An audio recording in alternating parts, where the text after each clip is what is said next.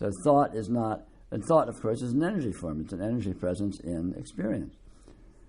So this energy form, as any energy form of thought, does in fact, by its very nature, reflect the meaningfulness of all other energy forms, but not in the simplistic and definitional way that referential thought pretends to, the conceptual thought pretends to. Oh, I'm thinking of such and such is a such and such, which is a very plodding and heavily oversimplified way of trying to engage with this actual interrelationship of energy forms. There's essentially two ways that reality can orient to itself. One of these ways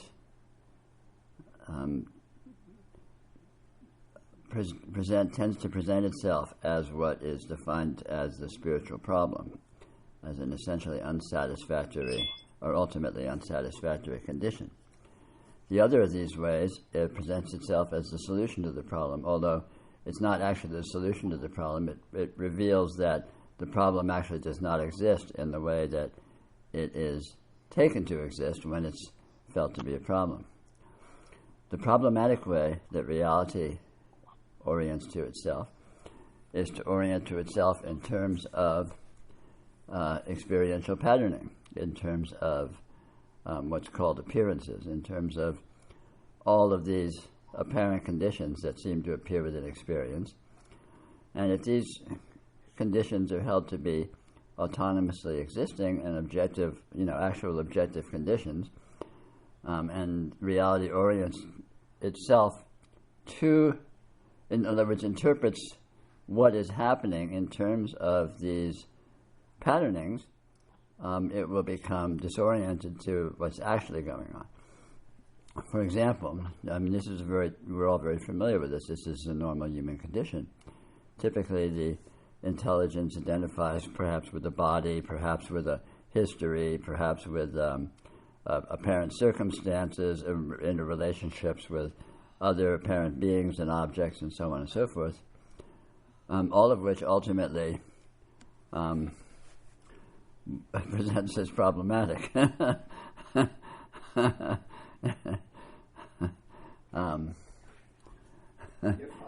one way or another.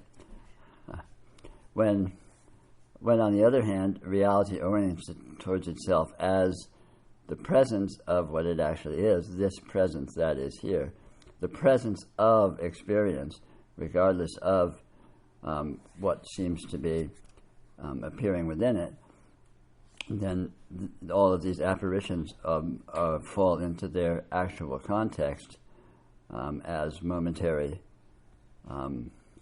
expressions of this presence, of this radiant presence that actually exists.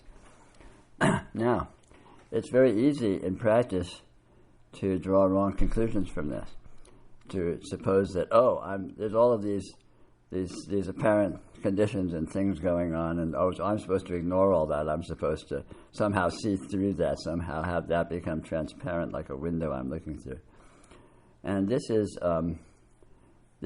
not a useful strategy. It will compound the problem that seems to exist in the first place. In practical terms, the way to orient to presence as opposed to appearances is to stop playing favorites within appearances, to stop orienting to partial appearances relative to other appearances, and then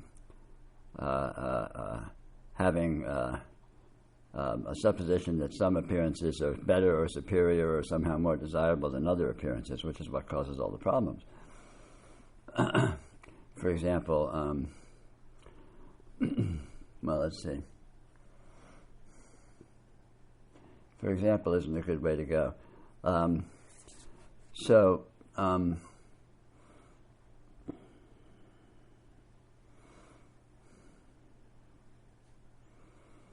It's very easy for a spiritual newbie to suppose, I'm supposed to get away from all these appearances, so I'm going to sit in meditation and cultivate, some emptiness or some blankness or trying to create some sort of zero event experience, as if that would be the solution. But of course, an experience like that is actually just another apparition. So it's not going to solve any problems at all. It's just you're playing favorites. You're playing that this mode of apparition is superior or more desirable than that mode of apparition, which just compounds the problem. So the way to orient to presence rather than appearances is to be with all appearances the same. And again, this is not something that one contrives or one tries to create or tries to aspire to. It is essentially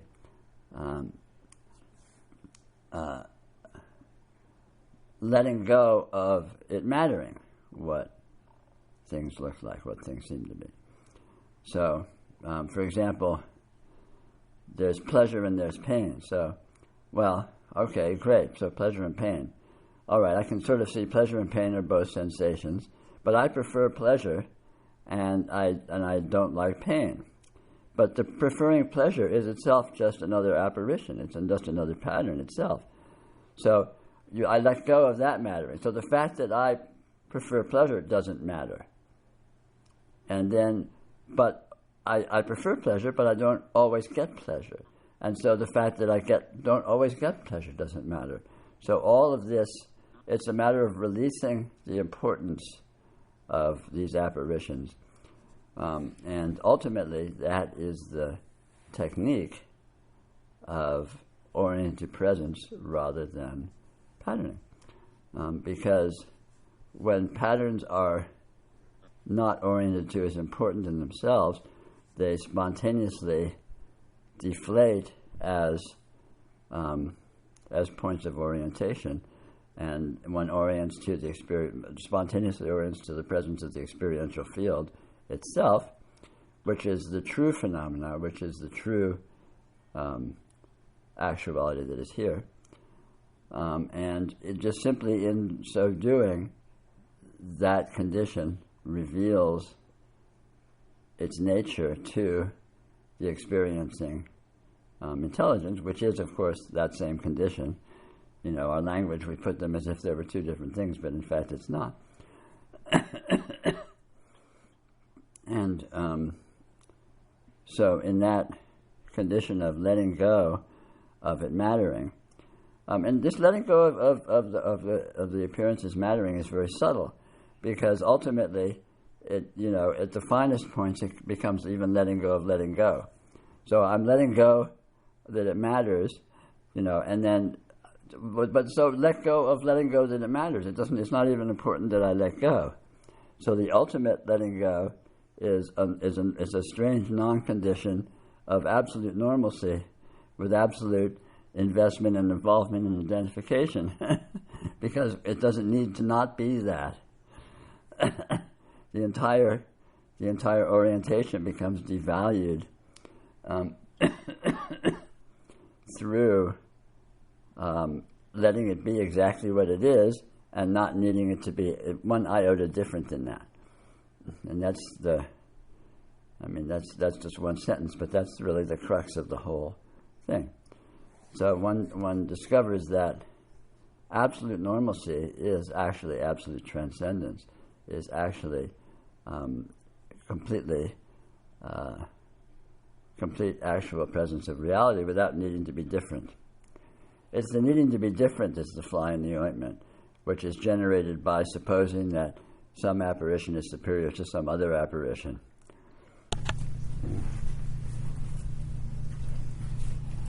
The essence of spirituality is to understand, to come to see directly what this is, what is happening here, what is going on here. What it is radically divergent from what people are usually concerned with in terms of normal human conceptualization of what is actuality and what it consists of.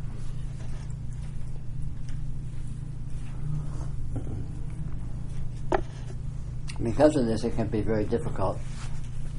But because of this, and also because of the fact that what is happening here is not amenable to description, or not amenable to being addressed in words or in concepts.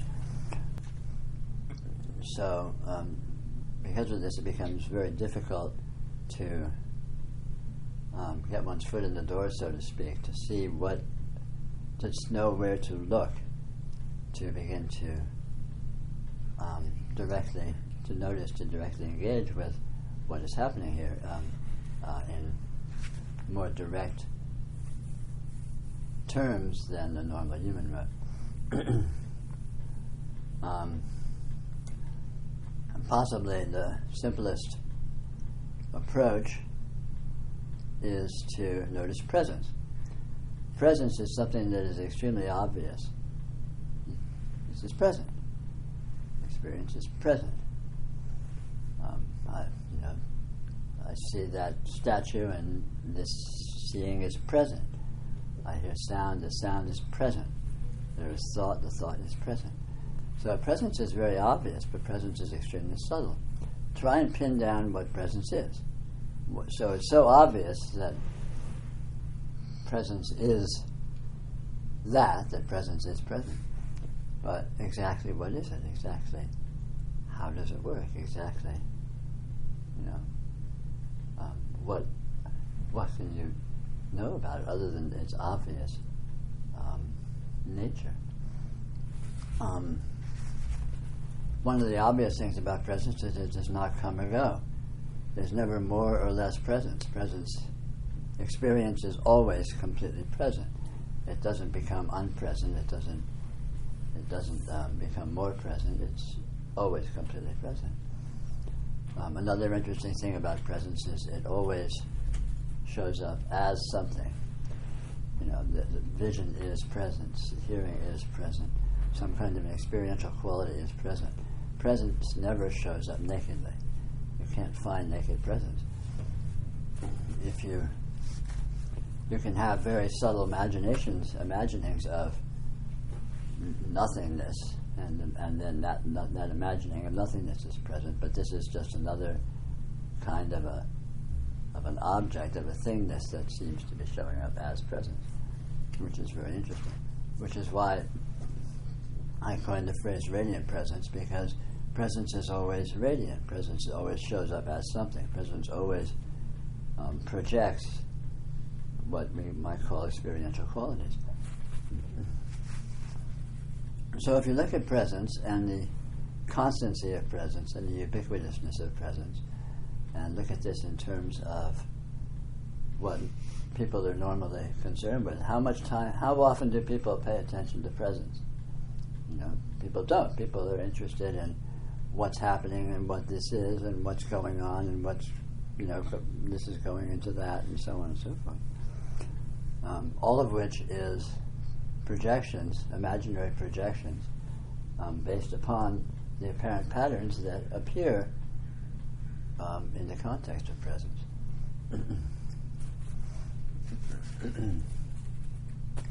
So, a very simple, very direct way to see reality is feel presence. Look at presence. Look at it very closely. It's very obvious. It's very specific. It's very explicit. It's quite possible to notice it profoundly. It's not even subtle. It's blatant, but it's very strange. You can't look at it. You can't hold it. You can't get a handle on it. You can't analyze it. You can't say much about it. Anything you say about it ends up being gibberish, which illustrates the difficulty in settling into actual reality and settling into actual what this actually is, what you actually are. Because what it is so alien, so other with relationship to what consensus reality, human thought, and ideas and understanding of what you are and of what is happening here consists of.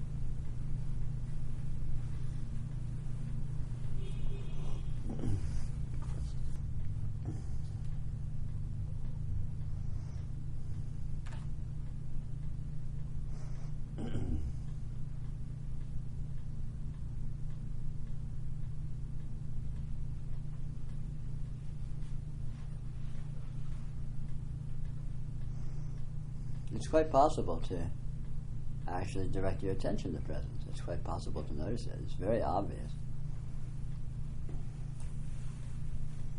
It's not something that most people are in the habit of doing because it's generally not thought to be very interesting or very valuable. You can't get anything out of it. You can't acquire it or lose it or do anything with it. It just is.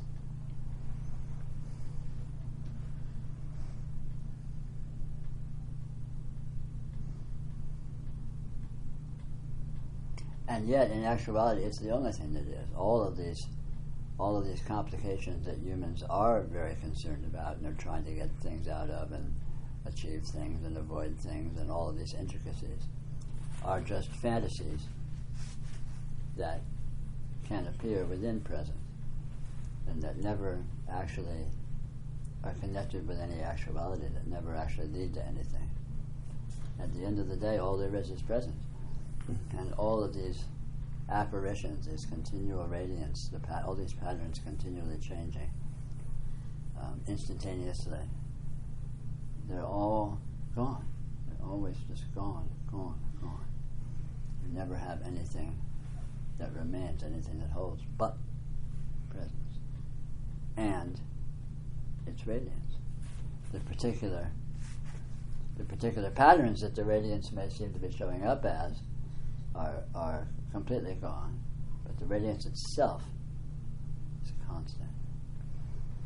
Presence never shows up naked.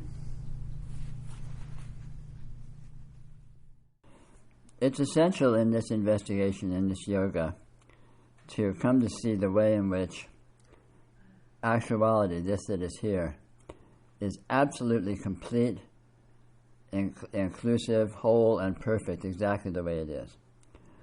It can be extremely easy to fall into subtle and not so subtle distinctions between, suppose that this portion of it versus that portion of it. Awareness is better than phenomena, or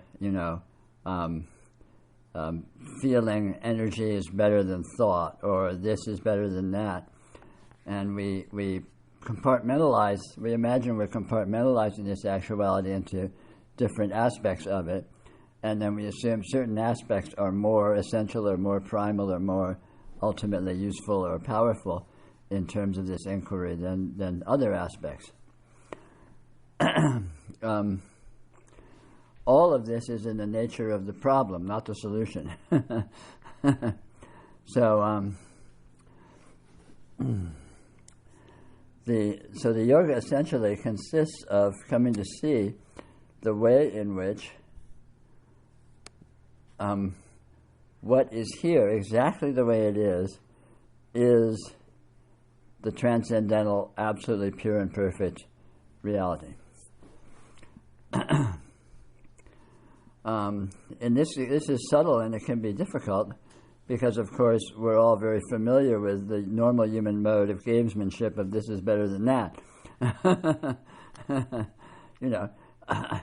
And it's very, very subtle because, of course, if you look closely at the inclusiveness of actuality, you will discover that even this human gamesmanship is itself pure and perfect. That itself doesn't need to be eliminated or purified or somehow filtered out of the engagement. So it's a very strange condition. It's actually the reason I included the reason I titled my book the way that I did. Dirty Enlightenment: The Inherent Perfection of Imperfection. Even the flaws, the flies in the ointment, the challenges, the noise in the system is the essence, is the inherent perfection, is what enlightenment's about. And in fact, I could be so bold as to characterize the essence of realization is seeing quite clearly exactly the way that this is so, exactly the way that everything and anything, exactly the way it is, the way it happens to be, is this absolute transcendental completeness and perfection. But it can be a challenge, obviously, because this is so contrary to the normal human mode, and yet it includes the normal human mode. So it's, paradox runs amok, as usual.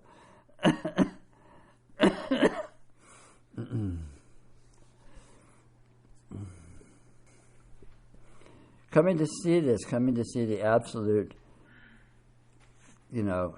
let's call it okayness of any and every bit, portion, flavor of actuality is both the challenge and the goal, to the extent there is a goal. And of course, even that isn't the goal, because the goal is to come to notice that there is no goal. The goal is to come to notice that this actuality that is here is its own goal, and that goal is already achieved eternally. So all this may sound like a Zen koan or a riddle or an insoluble paradox, which it happens to be. But that doesn't make it actually unengageable. That doesn't make it impossible to play with, impossible to investigate, impossible to discover, to notice that it happens to be the way it happens to be.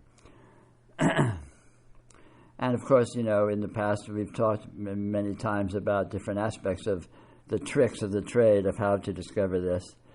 Noticing the absolute spontaneity of phenomena, the way everything, appears full-blown, miraculously. Both things we identify as personal and things we identify as impersonal. The way everything is instantaneous, the way everything is entirely and completely unresolvable.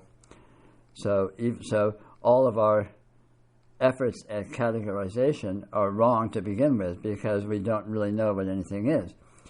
So the basis for our qualification of subjective and objective is absurd, because if you look at the actual present experience itself, you can't tell what it is. And of course, this is the master key to the yoga, is to look at direct experience. You will discover you cannot pin it down, and since you can't pin it down, then there's absolutely no basis for all of your expert qualifications that you have accumulated and exercised with wild abandon all of your life, or for countless kalpas, if you want to get technical. Popular spirituality largely consists of misconceptions and misunderstandings, unfortunately.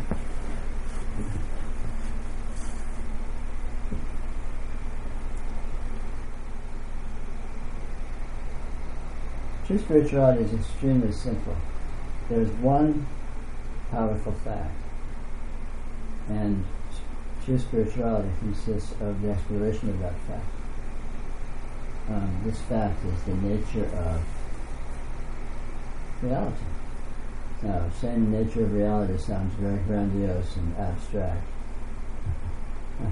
but it's much simpler than that. It's this that is here. It's actuality. It's not abstract at all. In fact, it's supremely concrete. This that is here is its nature is the powerful fact. Its nature is not what it is thought to be, simply because it's unthinkable. It cannot be thought.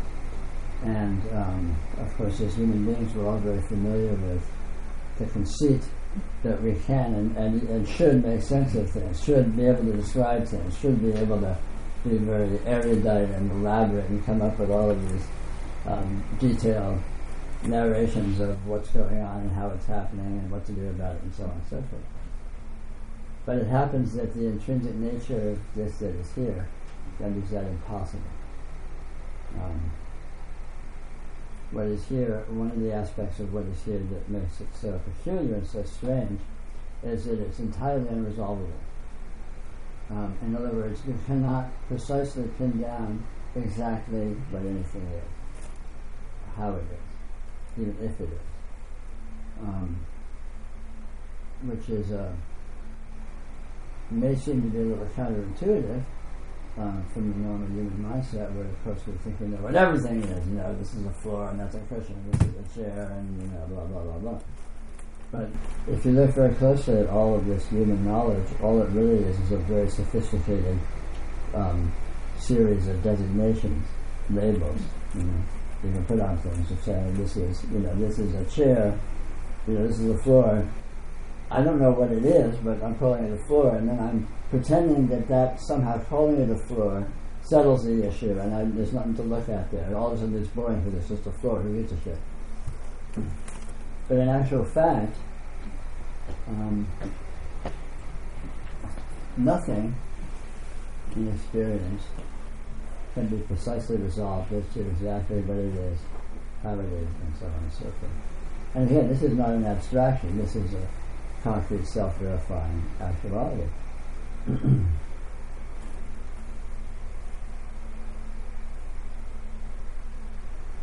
This applies to not just the nature of apparent things and conditions, but interrelationships, juxtapositions, space and time themselves. All of these qualities are inscrutable. Now, rather than being a problem, one might argue, well, you can't tell what anything is, so you're screwed. You're lost. This is not true, because again, there's the fallacy, the common, ubiquitous human fallacy that you're supposed to be able to tell what something is, otherwise you cannot, do anything with it. You can't make it a part of your schemes or whatever. But this is a fallacy, because the nature of what this is intrinsically such that the unresolvability of things is a revelation of their actual concrete nature. Everything is concretely and actually unresolvable, and this unresolvability, taken as such, is the basis for all of the juxtapositions and all of the interrelationships, all of the dancing that seems to occur within all of these apparent conditions. What one is unresolvable. What one situation is unresolvable. The interrelationship between all of these apparent subsystems is unresolvable. Even if these subsystems exist as subsystems is unresolvable. Another peculiarity of this actuality is that it includes itself. It does not have any parts or pieces. It's essentially a continuum, although you can't find it as a verifiable continuum, because of course it's not resolvable whether or not that's actually the case. But it certainly is the case that all subsystems, all apparent subsystems, are designations only. You cannot find a demarcation between any portion and any other portion. The notion that my hand is separate from my body is an absurdity. The hand is included in the body. The notion that my body is separate from the biosphere is an absurdity. My body is coterminous with the biosphere. And the notion that the biosphere is separate from the planet is absurd. The notion that the planet is separate from the solar system is absurd. So basically, when I look at my hand, I'm looking at the solar system, or the galaxy, or the system of galaxy, or whatever you want. Again, not as an abstraction, but as the concrete fact. And again, exploring this actuality, exploring this powerful fact that is here, directly reveals that this is so in the way that it is so, and directly communicates itself with infinite profundity. Because another interesting aspect about this fact, this actuality that is here, is it is not inert. It's not a simple mechanical presence. On the contrary, it's pure intelligence. It's pure meaningfulness. It's pure, you could say, purposefulness. And again, the way in which this is so is discoverable through direct exploration. Now, this exploration is possible because your experience is this actuality. So you are already intrinsically exploring it. You're already very familiar with the nature of this. Although, again, typically human beings are hampered by the human semantic overlay of assuming things are definable and assuming you already know what things are, which of course is very quickly discovered to be absurd posturing. The nature of the spiritual dilemma is so paradoxical. This already is what the goal of spirituality is, and it's already being experienced exactly as such, and yet paradoxically it cannot be recognized that that's the case.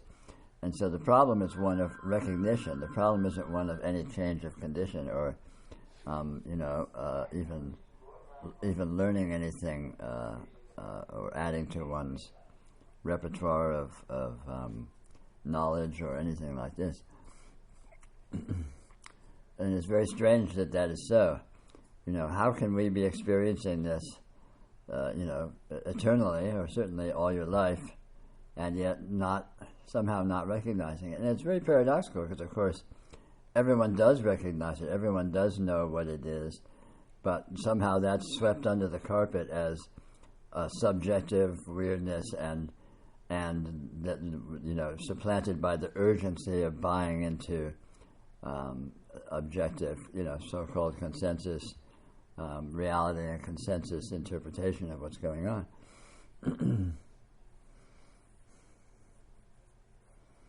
So, essentially, the spiritual struggle, the spiritual battle is with oneself. It's with one's own insistence on playing the game, on denying the obvious evidence of one's immediate experience, and instead insisting that, it's kind of like the Republican politicians do, I imagine. I don't imagine, I observe. Everyone knows it's all bullshit. They know it's all bullshit, but they do it anyway because it's the party line, and that way everyone gets to make a lot of money. And in a way, people are in the same boat. To the extent there's any spiritual frustration or spiritual dilemma, it's self-sabotage that's occurring. Of course, not intentional or deliberate, but in effect, that's all that's happening.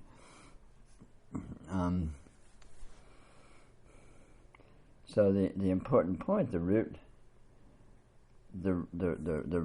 root phenomena is simply the presence of your experience exactly the way it is, which of course is already the case and is even known to be the case. So training in this is simply letting yourself look at experience and notice the way that it actually is. Notice how interesting and nonlinear and instantaneous and spontaneous and infinite and so on and so forth. You can make a list of approximate characteristics, which of course will in no way capture the actuality. And notice that is what's happening here, and all of the consensus reality stuff is being insisted upon with absolutely zero evidence, with absolutely no basis for no proof, no evidence. It's, it doesn't have a leg to stand on. It's only effective through its collective assertion, through people claiming, no, this is how it is. There is no global warming.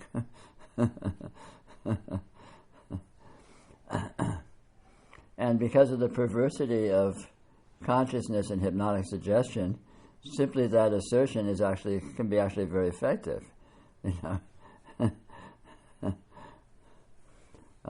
It's important to play the game. It's really, I can't let anyone know that I'm a weirdo. I can't let anyone know that I'm really me. I have to keep this mask up. I have to pretend that I'm I'm normal and I'm okay and I'm playing the game.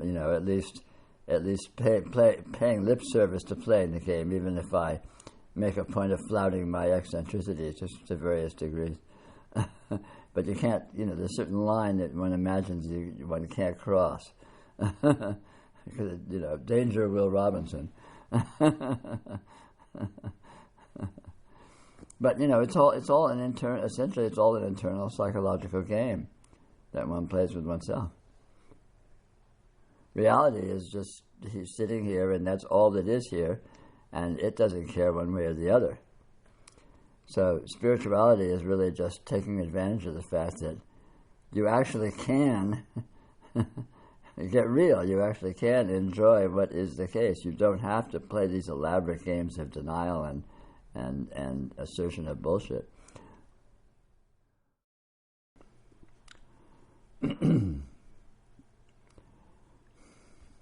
Virtually all spiritual teaching tends to present an erroneous implication that the spiritual goal is some wonderful, lofty extreme that has to be reached through more or less extreme effort and process and practice and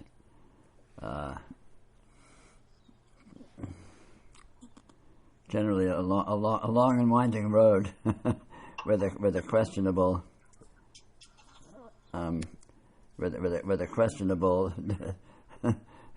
chance of arriving at your destination, and so on and so forth.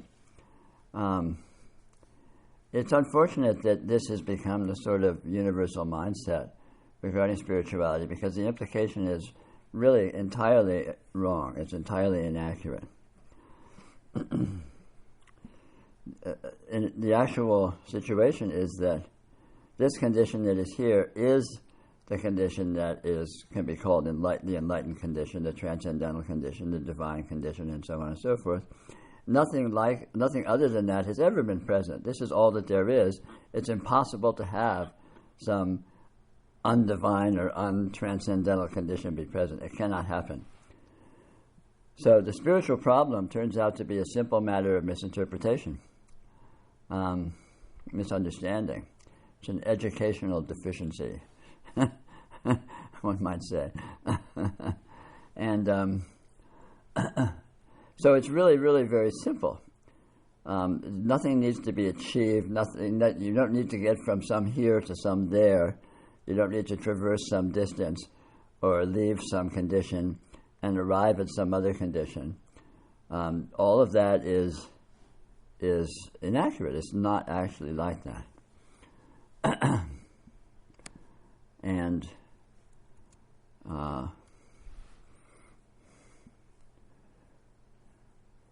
so in terms of process, it's really just a matter of tricks. Since the situation that needs to be addressed is one of misinterpretation, then discovering correct interpretation is a matter of discovery. It's a matter of exploration. It's a matter of education. And correct interpretation is easily and readily available because the evidence is completely accessible. The nature of actuality, the nature of what you might call experience, is not concealed, is not hidden. It is not in any way blocked or impeded or needing to be. You don't need to achieve some special condition in order to explore reality. You've always been doing nothing but. It's impossible to do anything but, because there's nothing else in existence but reality to explore. Life consists of the exploration of reality, one might say. Nonetheless, misinterpretation seems to be, judging by the evidence, apparently, seems to be very commonplace and seems to be challenging to break through for a variety of reasons.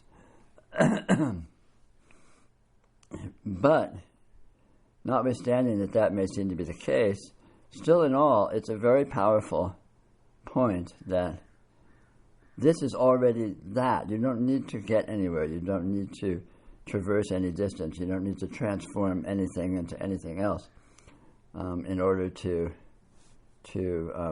solve the spiritual riddle or the spiritual puzzle.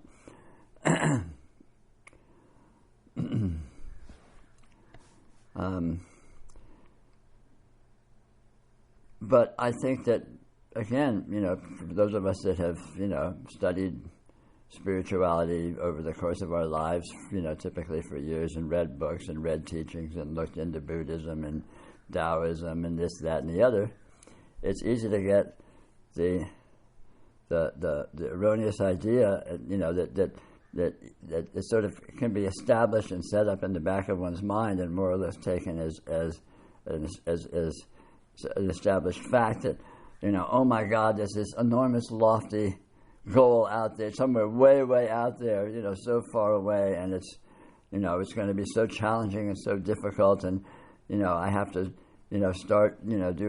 start my 100,000 prostrations and start my 20 years of meditation and start my this and start my that, and even then I will be severely hampered unless I reach, get an enlightened teacher to show me the way and clear my karma and this, that, and the other.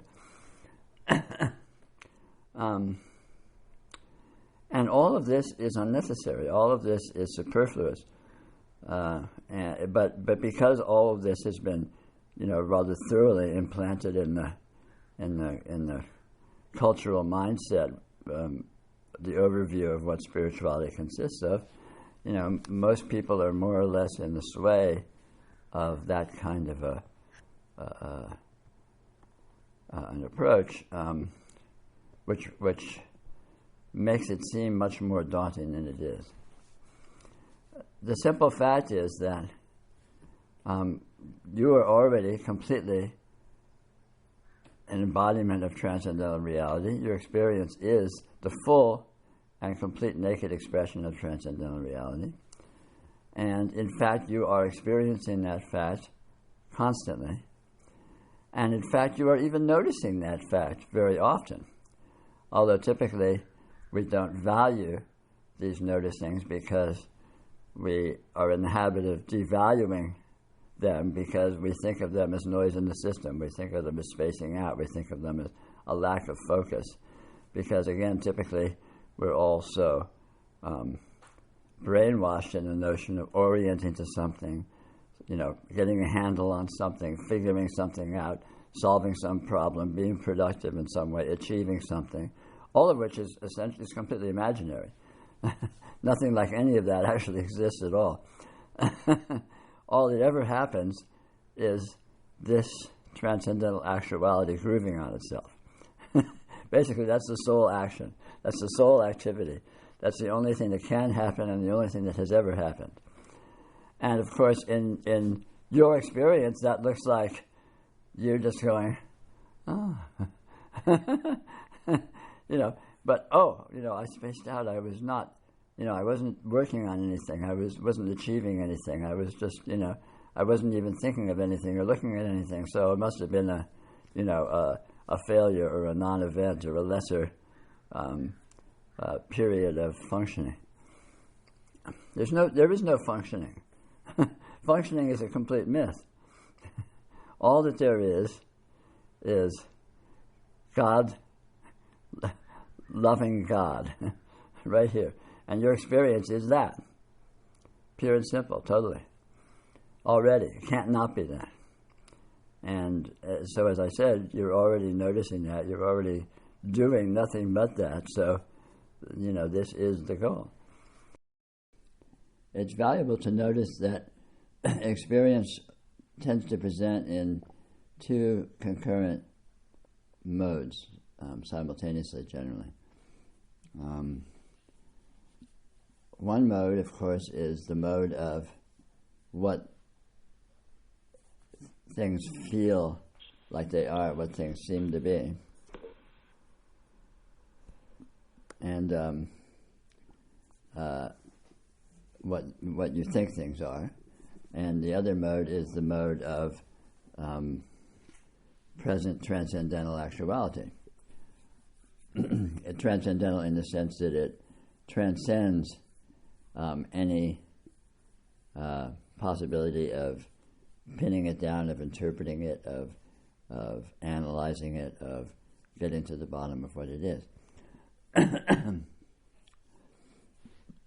Of course, as humans, the normal stance is to orient very heavily towards the portion of interpretation, the portion of experience where what we think is going on, what we think things are, what we think we are, what we think is happening, and to more or less ignore the other portion. Some people, like, for example, artists and such,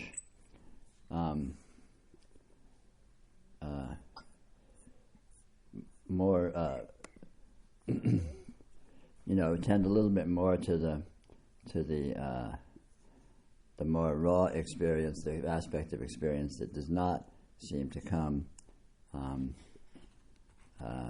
seem to be being held as being a particular way, but by and large, that's still in the context of the interpretive framework. This is, from our point of view, this is important to notice. This is powerful and useful to notice, because the interpreted aspect of experience, what experience seems to be, what experience feels like it is, what we think experience is essentially wrong. It's not that. It is inaccurate. It is untrue.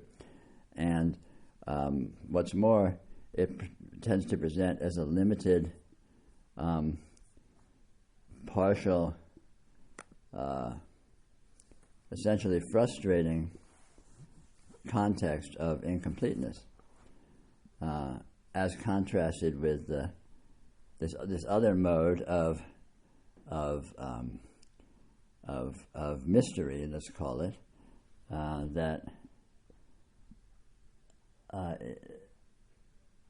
where no such partiality, no such incompleteness presents at all. And most fundamentally, this mysterious mode, this inscrutable mode, is actual. It's what's actually here. And of course, it is also what this actually is what you actually are. And so, through letting yourself discover and play with this mode of being with your experience, you spontaneously grow to appreciate and partake of the inherent nature of what this is, what you are, particularly in terms of its transcendental nature, its completeness, its miraculousness, its eternality, and so on and so forth, which is kind of a delightful implication, by contrast with the normal world, the normal human worldview implicit in the analyzed perspective of things, which generally is unsatisfactory to various degrees. So, to try to be very specific about exactly what yoga is, exactly what spirituality is, what is one working with? What is one engaging with? What is one trying to achieve?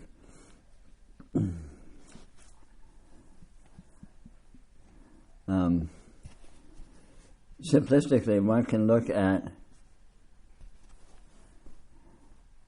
a scale going from reality, actuality, as one extreme value, and delusion or confusion or unreality or insanity, being lost in fantasy, at the other extreme value of the scale. Now, humans seem to engage with the reality of their being along the scale.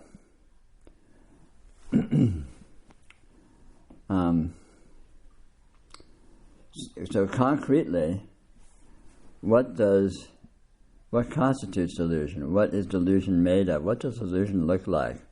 And conversely, what does reality look like? What does realization look like? What does actuality look like? Well, delusion looks like concretizing the qualities of experience. In other words,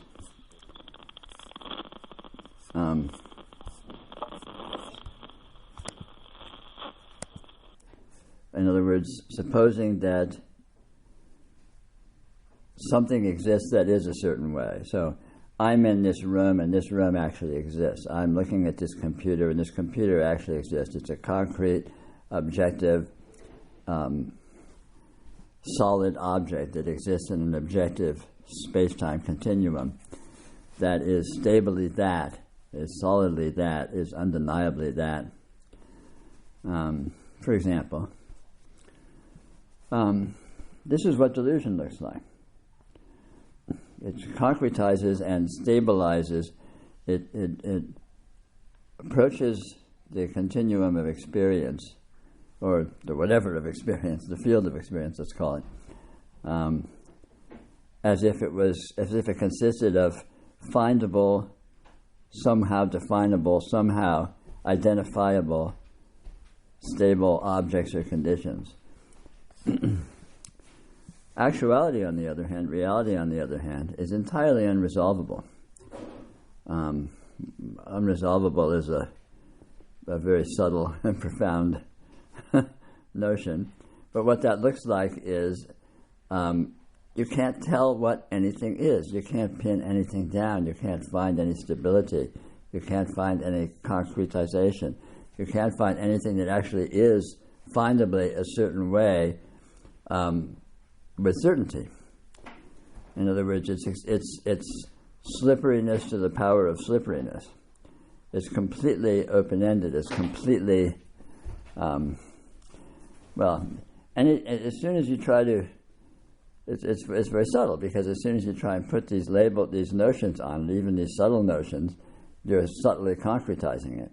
So even saying it's unresolvable, all of a sudden you're positing this unresolvability is some, para-concrete condition that is findable, that actually exists. So that would still be on the continuum. That would be moving slightly towards the delusion side. Even saying that it's slippery, saying that it's unfindable, saying that it's unresolvable, saying that it's dreamlike is all very nice, but it's still on the towards the delusion side, because you're concretizing it to that degree. Obviously, that's a much less heavy-handed concretizing than perhaps the normal materialistic worldview that we can imagine most people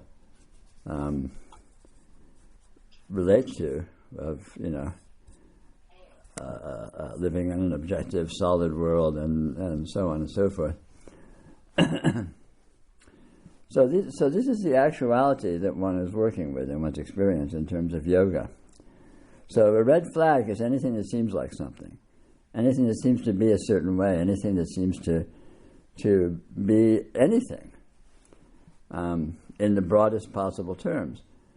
And of course, typically for most of us, that's glaringly obvious. Things seem to be whatever. Computer seems to be a computer, people seem to be people, my body seems to be my body, and so on and so forth. But the yogi looks at this very closely and looks at the actuality of experience and discovers the slipperiness of experience, discovers the absolute instantaneous instability of experience, discovers that any and all experiential qualities don't actually cohere into being a certain findable, precise way. It's all innuendo, it's all implication. Mind you, it's an infinite density, it's an inconceivable potency of implication and innuendo. So obviously there's such a shitload of information that is being presented as the experiential qualities, that it's very, very easy to free associate on that as being various ways.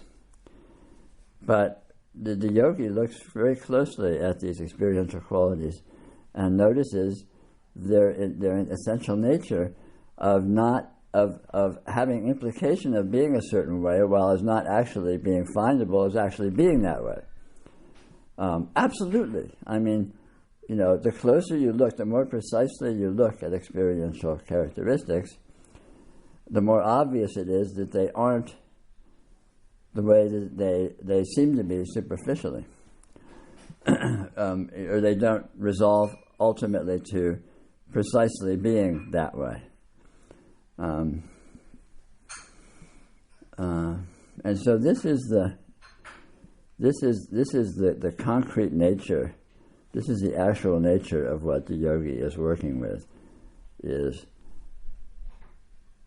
being with the degree of one's laziness at having settled into a concretized view of what reality consists of, and challenging that, looking at that, and discovering more and more carefully, more and more precisely, exactly how that is, and exactly how that works, and exactly what this concretization is.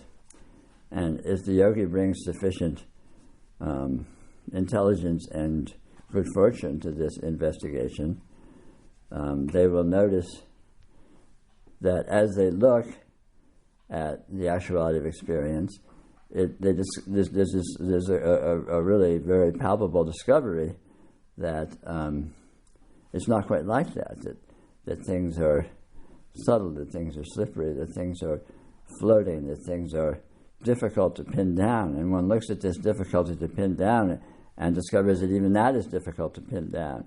How it is, even that it is slippery. Even that it is unresolvable is unresolvable. So it's not like one ever gets to, in any simple sense, reality, because reality can actually be found. But one gets to the fact that is the case. The fact that one is essentially wandering in what might be described as a dream that has endless implication, endless information, and yet never actually settles down verifiably as being any particular way. So the fodder, the raw material of yoga is really very, very simple and very precise. It all has to do with this issue of concretization, and so in practice, what does the yogi do? You can look at anything that seems to be a certain way in one's experience. Anything, in any way. It doesn't need to be a heavy-handed concretization or objectification as an object or a condition in an objective world. Any even subtle, very, very subtle objectification or stabilization of, intelligence is intelligence, or consciousness is consciousness, or whatever, it doesn't really matter. If the yogi looks at this, one will see that in fact every and anything that is being held to be something is actually a question mark. You can't actually find anything. Nothing is findable, which means there are no things, there are no static conditions, there are no nothing whatsoever exists. And as no thing exists, no condition exists. Existence exists, but again, you go try and find an existence and try and find an existence that exists. It's in itself is a subtle objectification, and of course you won't find any such thing. But it's palpable that it is, however it is, and even if that isness is is unfindable, it is its own intrinsic positivity, whatever that means. So one is always in the midst of this very curious, one is always standing at this fork of the roads of the way things seem to be versus the fact that all of these ways things seem to be is not actually findable, is not actually resolvable. There's always seemings, there's endless implications, but these implications by their very nature are unstable, unfindable, and unresolvable as actually being any particular way.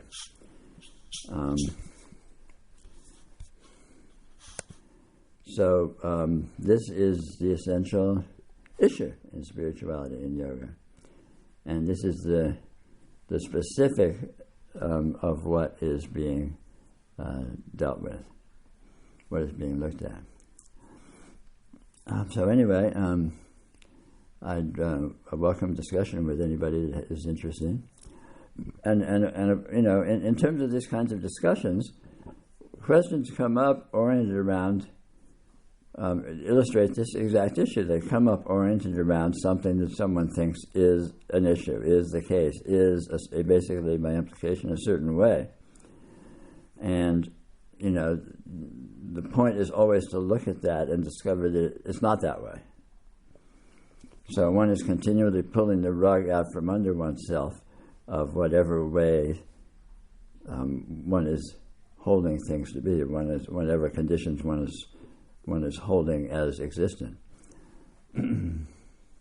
And of course, all entrapment, all stuckness, all unsatisfactoriness, and all hope for improvement, all aspiration for something better, and all that is all essentially based upon the notion of resolvability, the notion of that things are a certain way. For things to be unsatisfactory, there have to be things, and they have to be resolvable as actually being unsatisfactory. And to hope for improvement, you have to posit some improved condition that actually exists and is that, and that there would be some possibility of motion or engagement with it. But of course, the yogi will ultimately discover that nothing like any of that is remotely possible. What actuality is, what this is here, is extremely strange.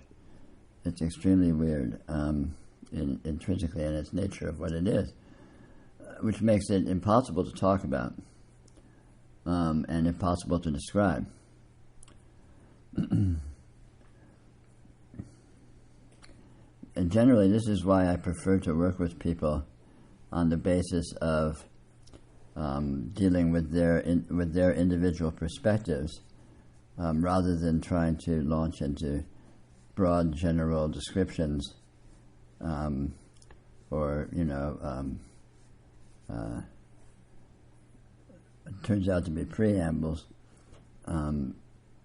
that supposedly present a panoramic view of what is going on here and what spirituality is and all of that, which is always hogwash, never accurate, possibly useful, but intrinsically very awkward and essentially misleading. But in general, a good jumping off point is to start with noticing how very, very, very peculiar, how very, very, very strange and weird this actuality is. Of course, that flies in the face of the skillfulness with which we've turned it into dull normalcy and complacency and taking it all for granted and just thinking of it as normal and mundane.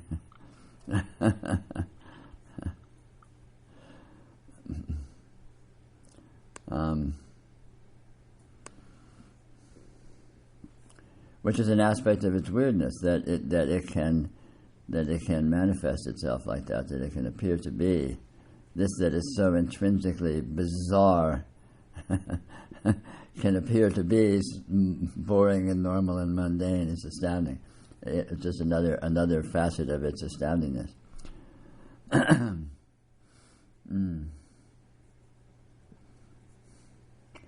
But in practical terms, the main point is what occurs here, what this is radically other than what you may hold it to be. So the very nature of normalcy, the very nature of this dullness that we settle into in our holding, life is life, and it's and it's boring, and what's on TV kind of attitude.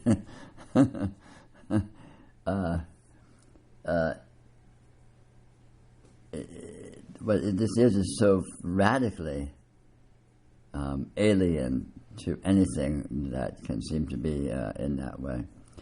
And this is noticeable, this is discoverable, and that, of course, is the jumping off point for discovering and recognizing what it actually is, which it happens, of course, is actually doable, hence this great enterprise of spiritual inquiry, what was called back in alchemical days, the great work, is actually viable, is actually doable, is an actuality.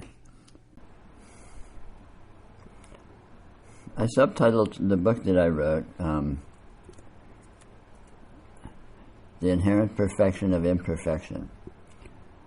And this is of the essence of what this yoga is about.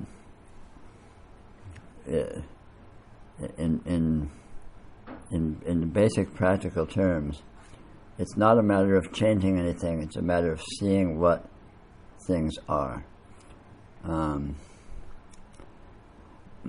And this can be, in practice, this can be a very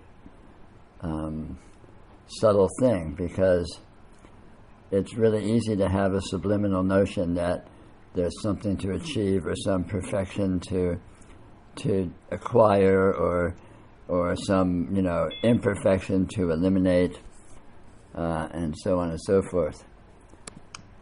And this is most emphatically not the case.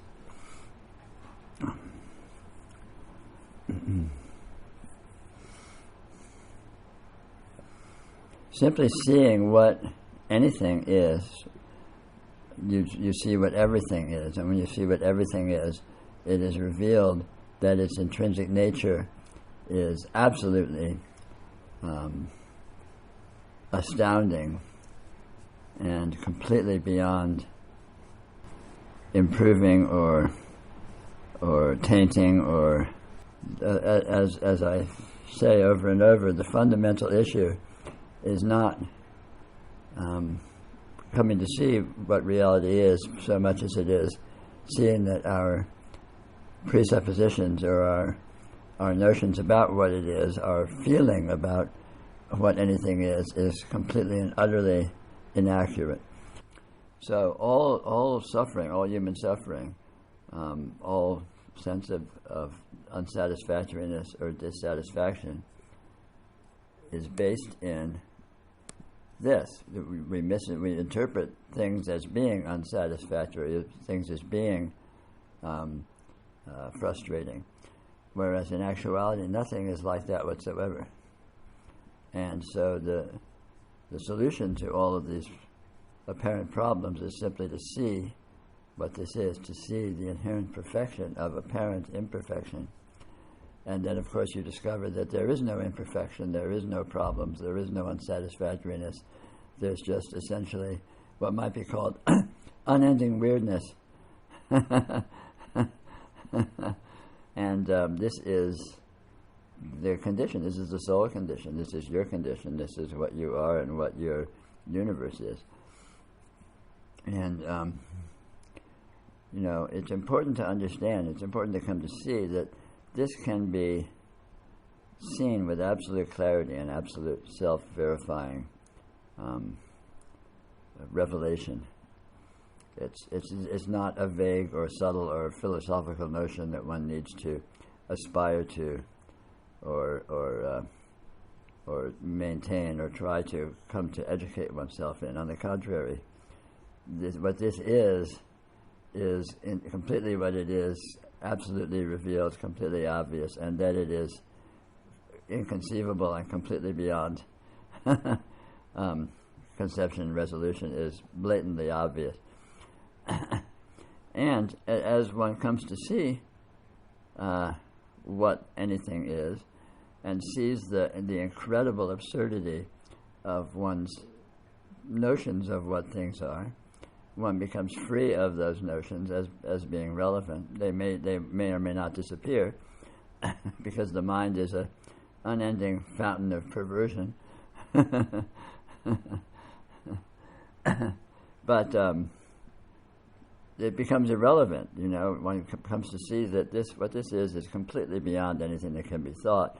And so all of these thoughts about it, all these feelings about it, that are assessments of ourselves, our assessments of our life, our assessments of our status, our assessments of, whether we're happy or sad and everything are based on, are completely absurd, completely, essentially irrelevant and non-existent. In effect, as one comes to see what this is, the effect is one of relaxing, of letting go into it, rather than ascending to some superior condition or something. On the contrary, it was a condition of relaxation, non-resistance. But it's not some simulated relaxation or simulated non-resistance that one aspires to or attempts to create. On the contrary, when one sees what this is, the relaxation and the non-resistance is implicit, because there's nothing to not relax into. There's nothing to try to tense against, and so on.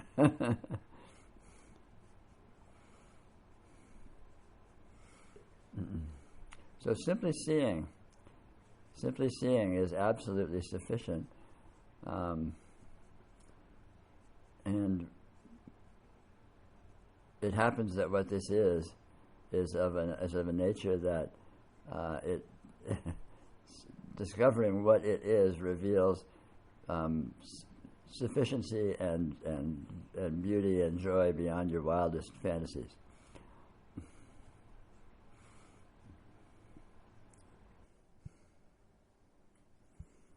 The only fact is the appearance of apparent experiential patterns, apparent forms. Of course, as humans, we're used to classifying all of these apparent forms in various ways as self and other and beings and objects and, dreams and emotion and light and take out a dictionary and pull out all the words, and every one of them is a classification of some supposed class of the way these experiential patternings can seem to appear.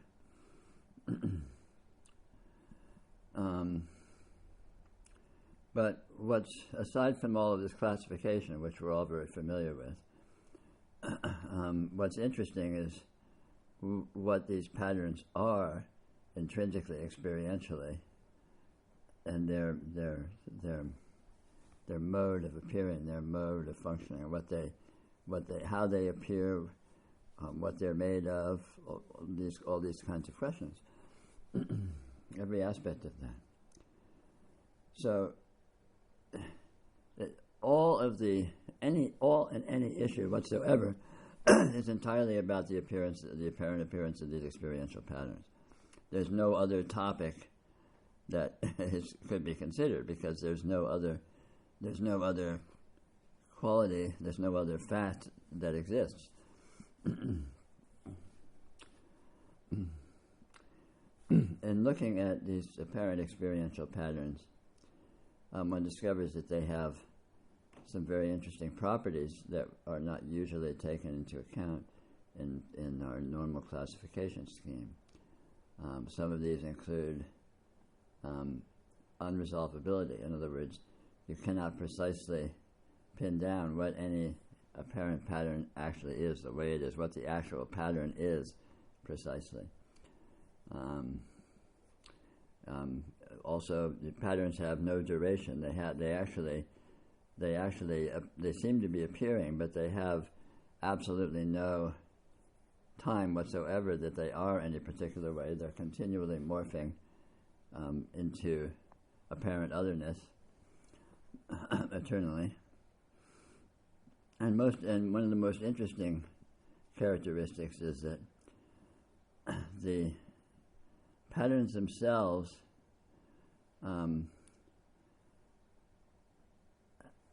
this is a subtle aspect to talk about.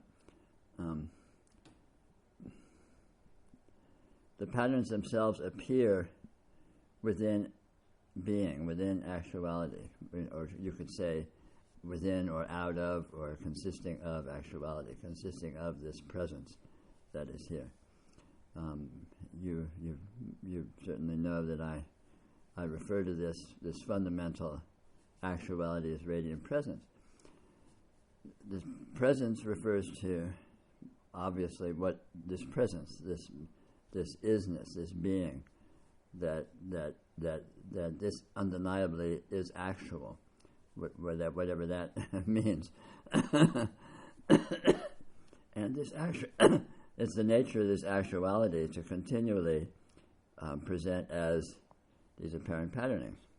The patternings arise within this actuality, exist solely within this actuality to the extent they do exist, and of course continually disappear within this actuality, continually morph within this actuality, and are made of nothing other than the actuality itself. In other words, it's not like there's an actuality here and then patterns are somehow appearing over here as a result of it, but the patterns are the actuality very much in the same way that the contents and apparent objects and events of a dream are the dreaming. The dreaming is interpreted as consisting of, I'm in this world and various things are happening and so on and so forth. But actually all of this supposed event, all of the supposed complexity and interrelationship of these supposed pattern entities is nothing other than dreaming itself. So the only thing actually there is dreaming, in spite of the fact of all of this seeming complexity appearing. And in precisely the same way, the only thing that's here is the radiant presence, is the presence itself, which by its very nature presents itself to itself as all of this apparent infinitely intricate and unresolvable patterning that is unceasing, eternal, beyond space and time, and yet it appears seemingly perhaps as space and time, can be interpreted as consisting of that. But of course, none of those qualities can actually be found, just as no quality whatsoever can actually be found, which is more evidence of the intrinsic unresolvability of this that is here, of what this actually is. It's a very strange condition, and of course we're all very familiar with it. We may not be used to noticing how strange it is, because there's all of this completely obvious experiential qualities and characteristics continually appearing, and yet none of them can be precisely pinned down as to exactly what they are, exactly how they are. And we're expert and used to glossing over that and just assuming that, well, it's there, my shirt's blue. Who cares if I can't pin down that it's blue? It is blue. It's obviously blue, so move on, then do you like it or do you not? Do you want to buy it? Whatever. But all of these normal human concerns skip over the very interesting properties of these apparitional patterns, which in fact are the sole thing that's actually here. Objects are hypothetical. Objects are a supposition. I can suppose that this is a computer that is sitting here on my lap, but in fact all it is a pattern appearing in light, a pattern appearing in the field of touch, where what I call it sits on my legs is appearing, and so on and so forth. So all of this theoretical projection of these patterns as being actual is imaginary, whereas the patterns themselves are not imaginary in any simple sense. The patterns themselves are actual. Radiant presence is actual. And nothing else is actual whatsoever. The facility of being able to project on the basis of these apparent patterns and populate all of the details of the world we imagine we exist in, and objectivity and objects and other beings, and our own being and our own body and our own personality. All of this is intrinsic in simply this root, this basic fact, the sole fact of radiant presence, the sole fact of actuality appearing intrinsically as an infinite degree of patterning. So the imagination is just more patterning. Interpretation is just more patterning.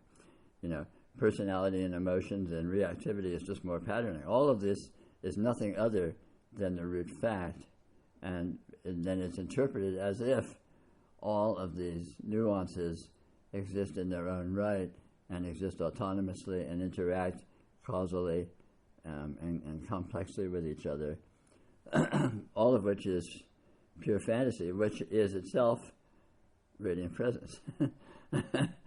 So nothing departs from, nothing adds to this fundamental fact of radiant presence and all the apparent complexity out of which we construct our seeming lives is nothing other than this root fact.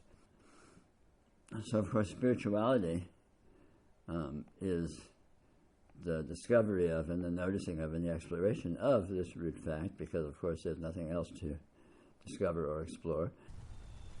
In talking about spirituality, there's really no point in talking about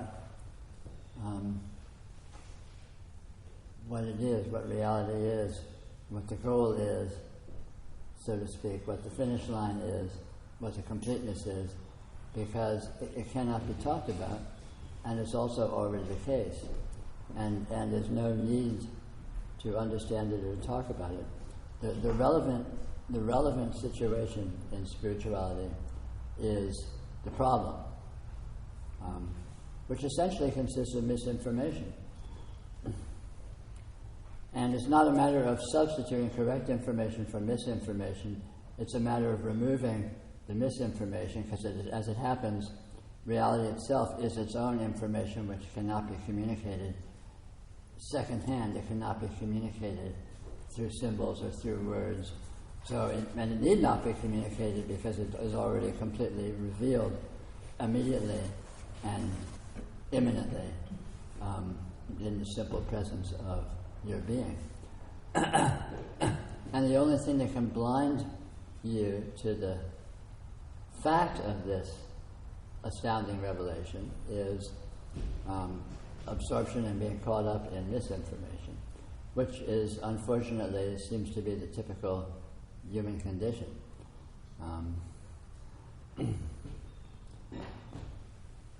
Humans seem to be largely brainwashed by various consensus reality worldviews, which are inculcated by the upbringing and by the structure of language and by reinforcement through being continually bombarded with social information that seems to be self-reinforcing of this worldview. So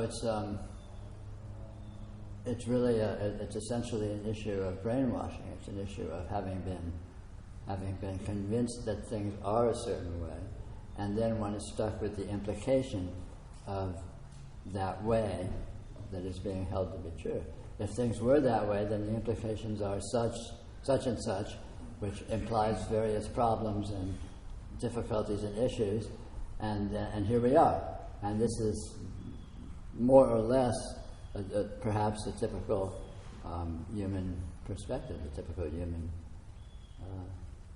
frame of reference of what seems to be happening, and what one feels one is, what one feels one's life is, and what one feels one's environment is.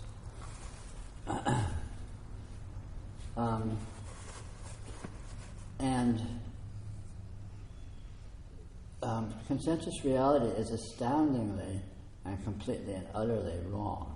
It's inaccurate. It's just not true.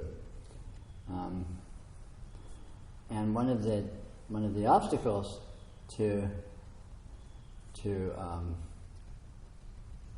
clearly seeing what this is how divergent what this is from consensus reality. So in most cases, if someone tells someone else how it is, they won't believe it. They go, "You're kidding me! This is absurd. That's like that's beyond Easter Bunny and Santa Claus all in one. I mean, it makes religious stories of miracles look commonplace compared to what is actually occurring here." So there's a one has to come to see for oneself. One has to discover directly through investigation of one's own, or whether through investigation or through stumbling upon through some kind of a process of direct revelation, what one actually is, what one's being actually is, which of course conveys it self-verifyingly reveals its own nature, and self-verifyingly, of course, conveys its own implication, which constitutes what has been called liberation, realization, enlightenment, all these wonderful, glorious-sounding terms that have been put forth in various spiritual traditions, which simply is the implication of the actual condition, the implication of reality itself, not some reality in capital letters that's out there somewhere that you fight your way to, but this reality that is, the sole reality, the only reality that ever has been.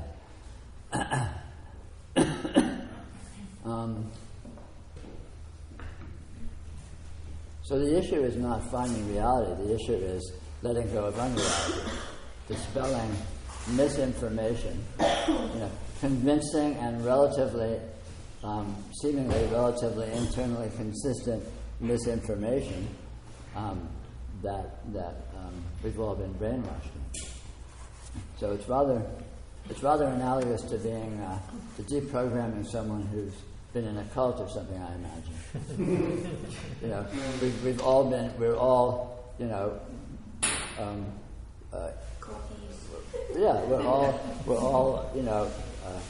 complicit and completely mindless members of the cult of consensus reality, and we don't know it. We think that's reality. We think that's how it is, and so it's a challenge to perceive, because if you already think that's the way it is, what do you do about it? Someone tells you it's not that way. You say, "You're wrong. It's absurd. You're crazy. It's like this, and of course it's like this because I know it's like this, and everyone I know knows it's like this, so it's like this. So you're nuts because you're telling me it's not." But fortunately, it's not a matter of tit for tat. It's not a matter of hearsay. One can look directly at the nature of one's own experience, which clearly reveals its nature.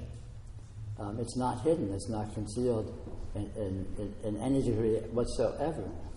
But typically we don't bother to. Typically we sort of take that for granted and skim over it and go right to the interpretation, go right to our narrative or our story of what's going on. And we're off and running, and then life sucks, and what are you going to do?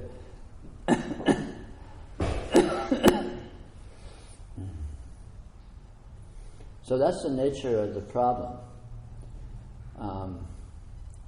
The nature of the solution, as I said, is actually fairly simple, but it's also challenging, not because it itself is difficult, but because of the profound and subtle and deeply rooted entrenchment in misunderstanding that we've all been conditioned into. And so this, and again, the radical difference between the actual nature and the brainwashed mindset, that they're so completely contrary that it's one, the initial reaction is always like, no, it can't be like that. That's wrong. It couldn't be that. I'm fantasizing. So then you look for something else, and so one undermines one's own efforts simply through disbelief in because as one does an investigation, there's a kind of a tendency to check up on how one's doing with reference to what one already knows, and this is contrary to this very process, to the very nature of this, because what one's investigating, one is so utterly contrary to what one already knows that any kind of a trying to check out the course of the investigation with reference to what one already knows is going to queer the deal. It's going to raise all sorts of complications and confusions that are unnecessary, because there is utter confusion and complication with regard to comparison between the actual nature and consensus reality worldview, because they're completely divergent. They're completely contrary. In fact, in many ways, it's kind of amusing to look at sort of in the abstract. In many ways, a consensus reality worldview is just about 180 degrees contrary from the actual condition, which is interesting to me. It's very peculiar that it happens to be that way. Pretty much point for point.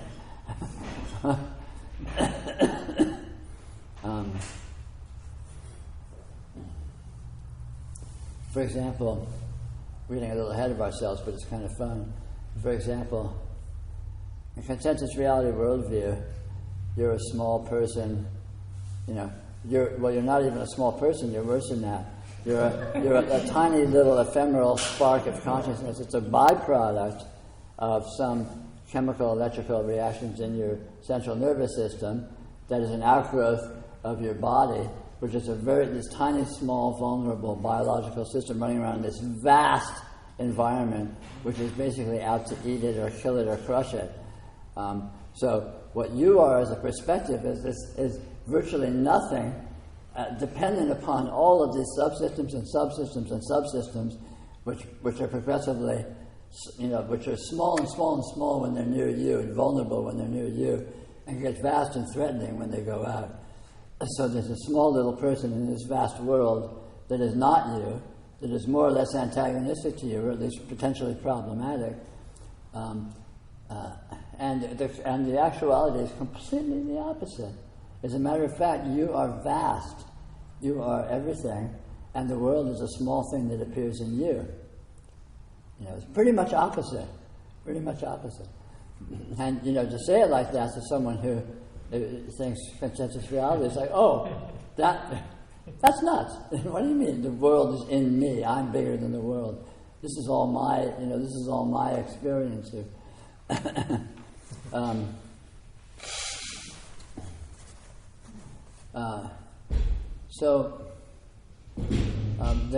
I guess in practice, the interesting question is, so what do you do about that? How can one go about investigating, discovering the true information, discovering the nature of what is actually here and how it actually is that way?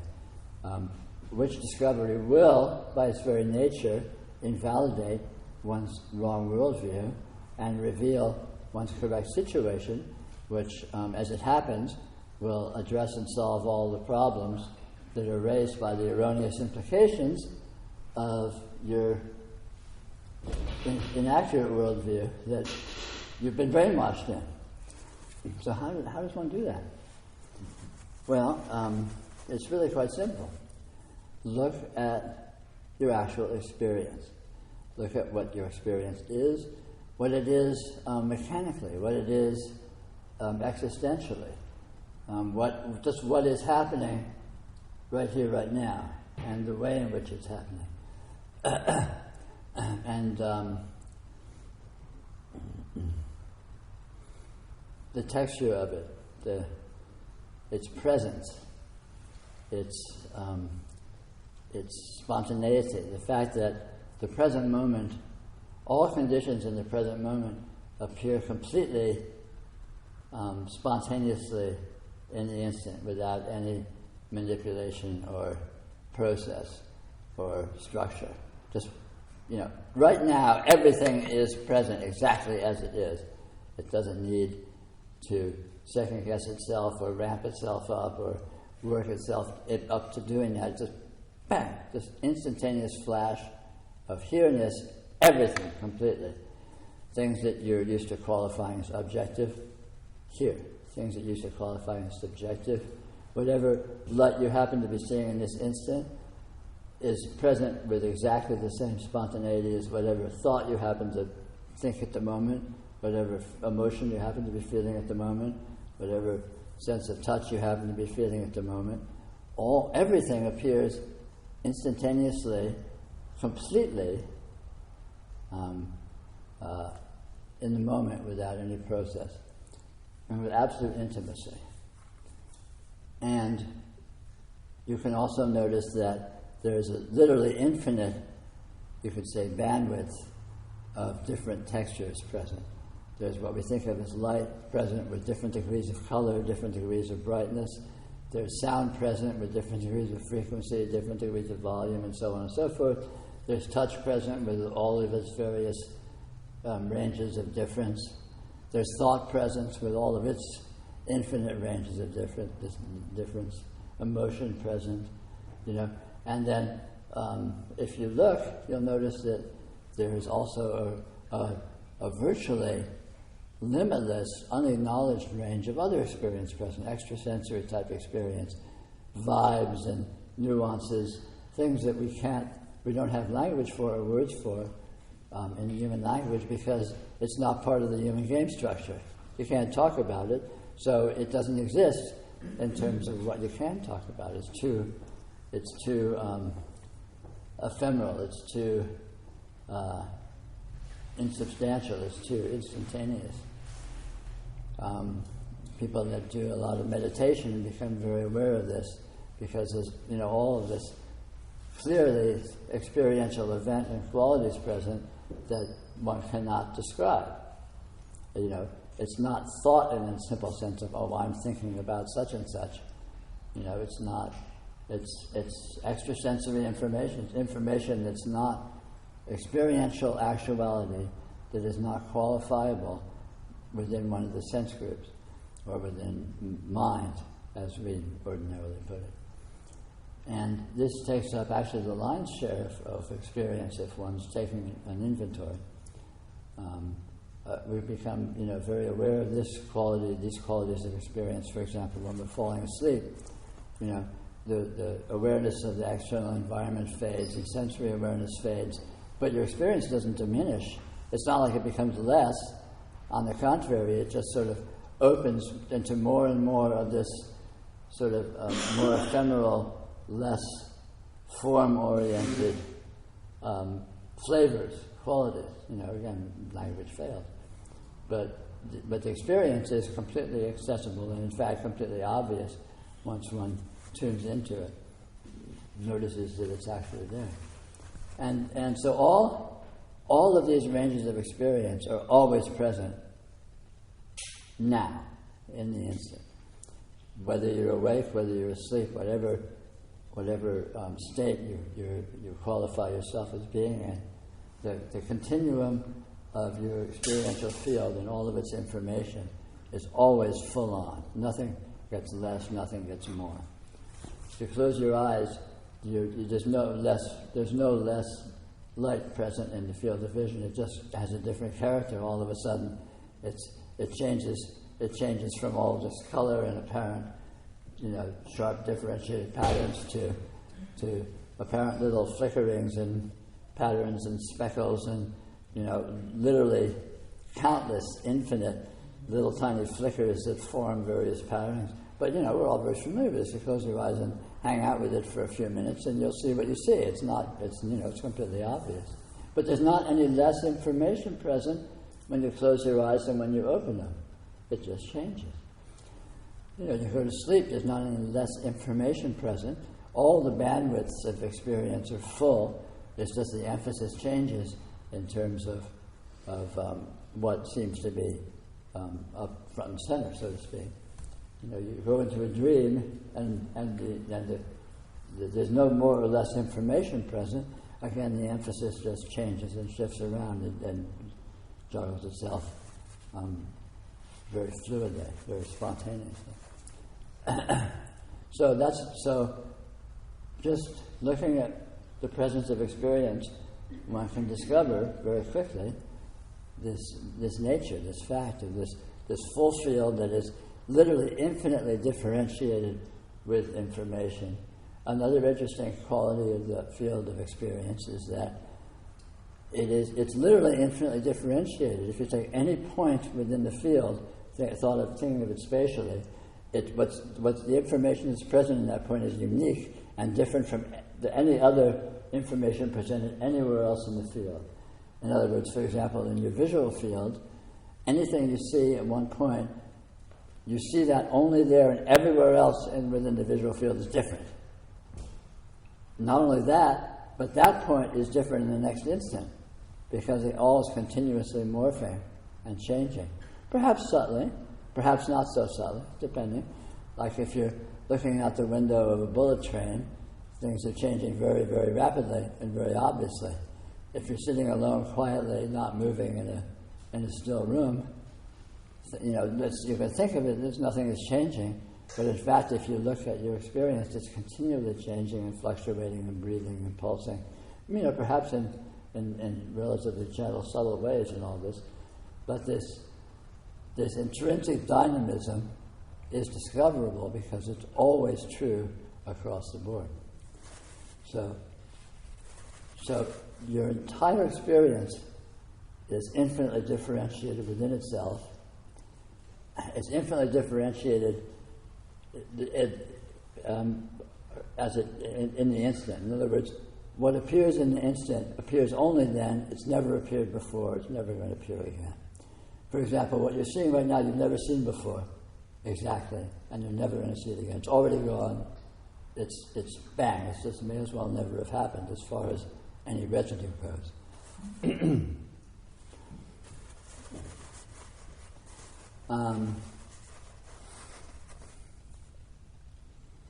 And this is true across the board.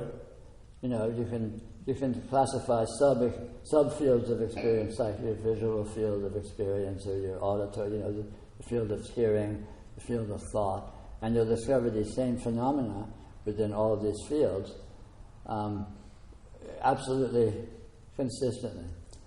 Another thing you discover if you look is that these divisions of the total experiential field into these subcategories is basically arbitrary. There's no boundary between vision and hearing and thought and touch.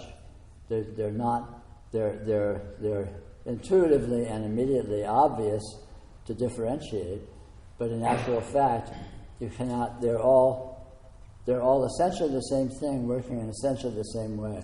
They're all the presence of these instantaneous sparkles of texture, and they become classified according to the nature of that texture. So light has a particular texture that you can obviously and immediately differentiate. Oh, this is light, so I must be seeing. And sound has a different texture. So sound, you can tell sound from light because of the difference of the light texture versus the sound texture. Or you can think of it as frequency, or who knows what. But if you look closely at the way light works, the way sound works, in terms of what it feels like in the instant, you'll discover you're looking at the same thing, just sort of with a slight different emphasis, a slight different frequency, or difference of texture. But the dynamism is exactly the same, the apparition is exactly the same, the differentiation is exactly the same. And ultimately it becomes pretty arbitrary to distinguish them, except for this spectrum of range of textual difference that is found all along the experiential field. Or you go to the field of thought, for example, which is obviously more tenuous or more subtle or delicate than the textures of any of the sense fields. But again, if you look closely, you find exactly the same thing. It basically presents in a similar way as infinitely differentiated within itself, instantaneous, non-repeating, so on and so forth. So again, it's just a range of textures. So it's kind of like a spectrum. You can look at a rainbow and you see all the colors laid out, and you can clearly see, oh, that's green and that's red, and the red's not green, the green's not red, but they're all light.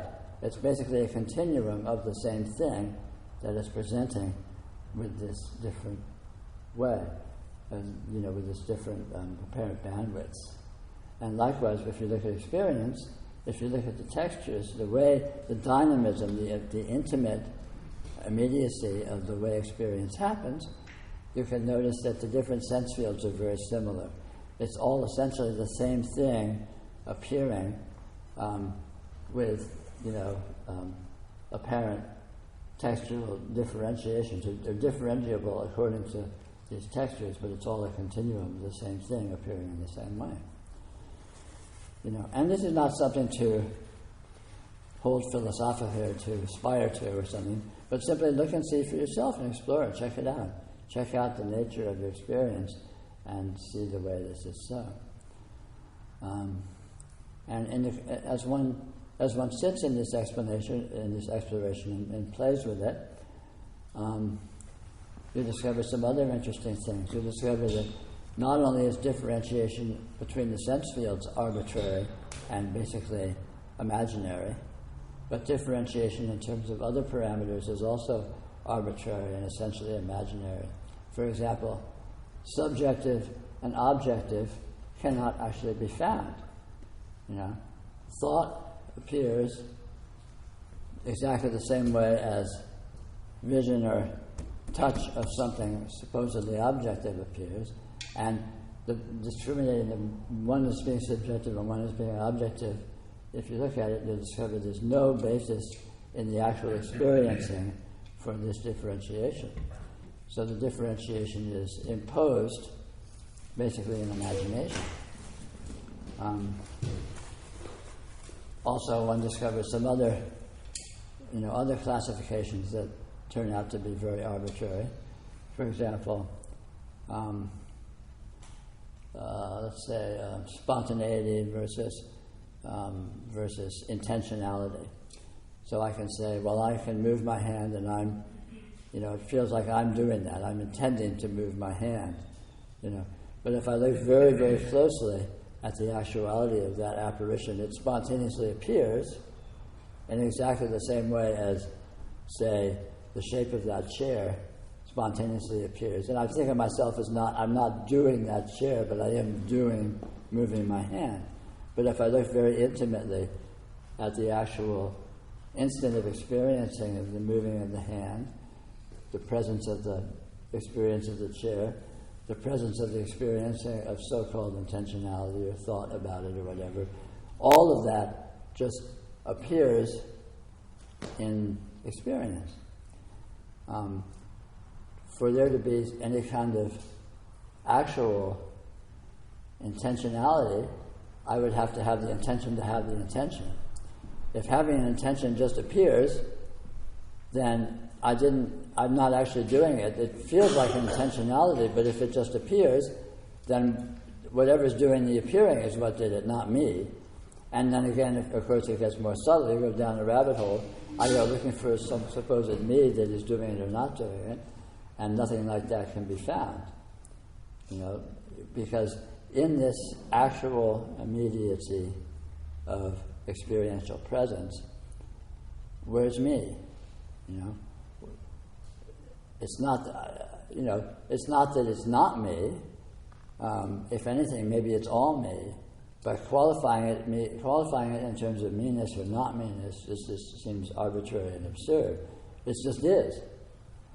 It is, it's actual, and, if it's me, okay, I'm actual.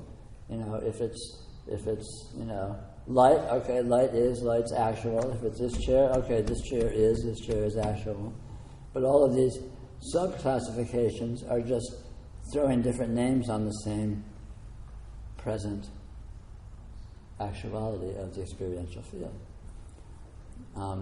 It's like I can say, this is my left hand, this is my both hands, this is my arms, this is my body, these are my legs, this is my toe, this is my big toe, this is my big toenail.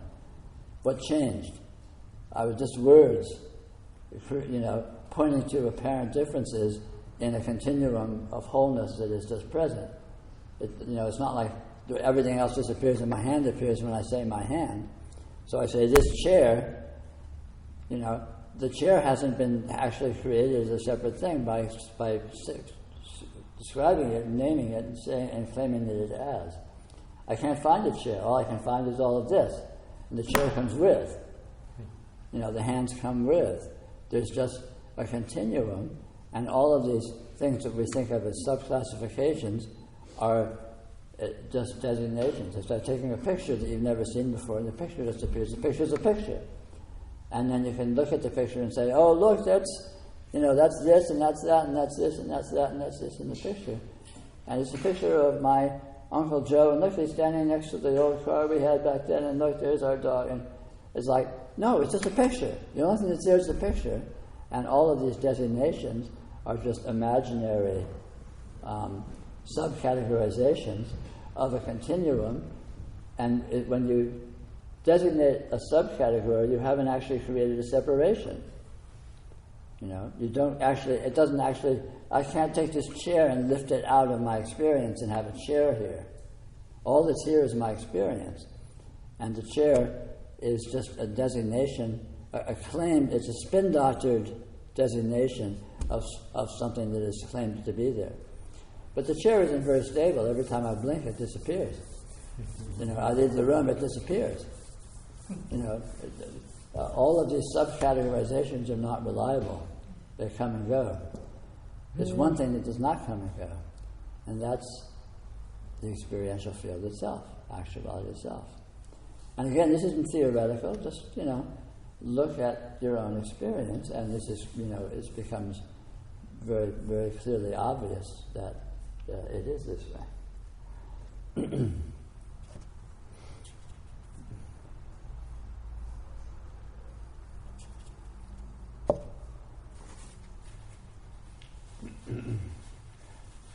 So,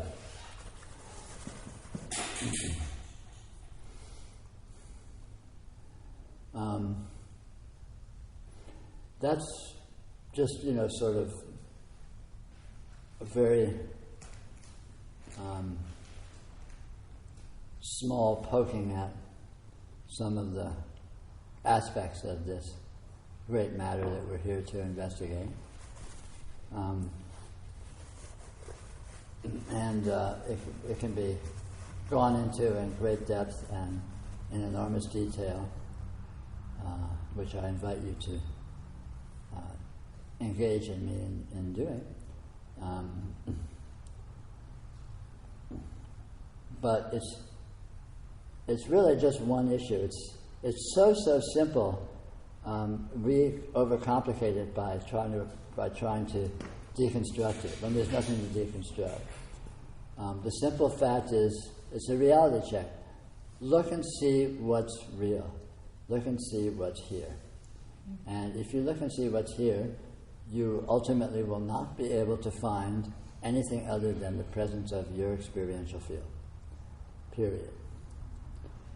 And trying to add to that it's experience of this or of that, will reveal itself to be basically just imaginary activity within your experiential field, so it doesn't actually add to anything. It's just seemingly internal elaborations and vortices within this sole presence that exists. This is completely obvious. Every small child, every baby knows this. There's nothing present but this. Wow! Here it is. But in the course of being raised, of course we're all brainwashed in, oh, I'm mommy, this is daddy, this is your little you, and this is this, and this is that. And I go, oh, really? Oh. And at first, of course, the baby is just like, it doesn't take.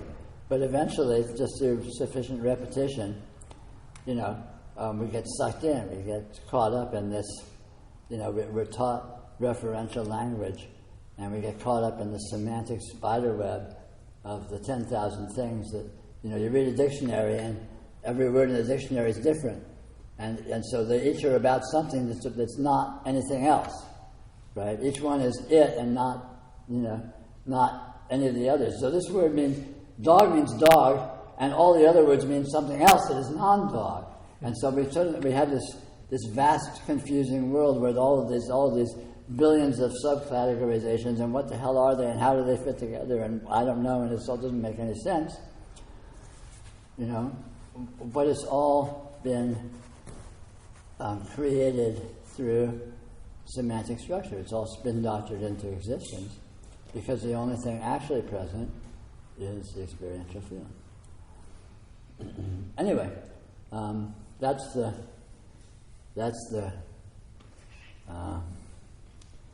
backbone of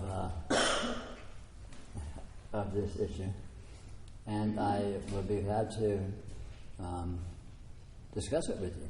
In terms of one's own exploration of this, it's very important to engage in it honestly and personally. So be with it in terms of what it actually is for you in the moment, and explore issues that come up for you in the moment, rather than approaching it sort of philosophically in third person and discussing it as if it was impersonal principles or something. Because it doesn't matter. All that really matters is what it is to you. It's not anything out there as far as you're concerned.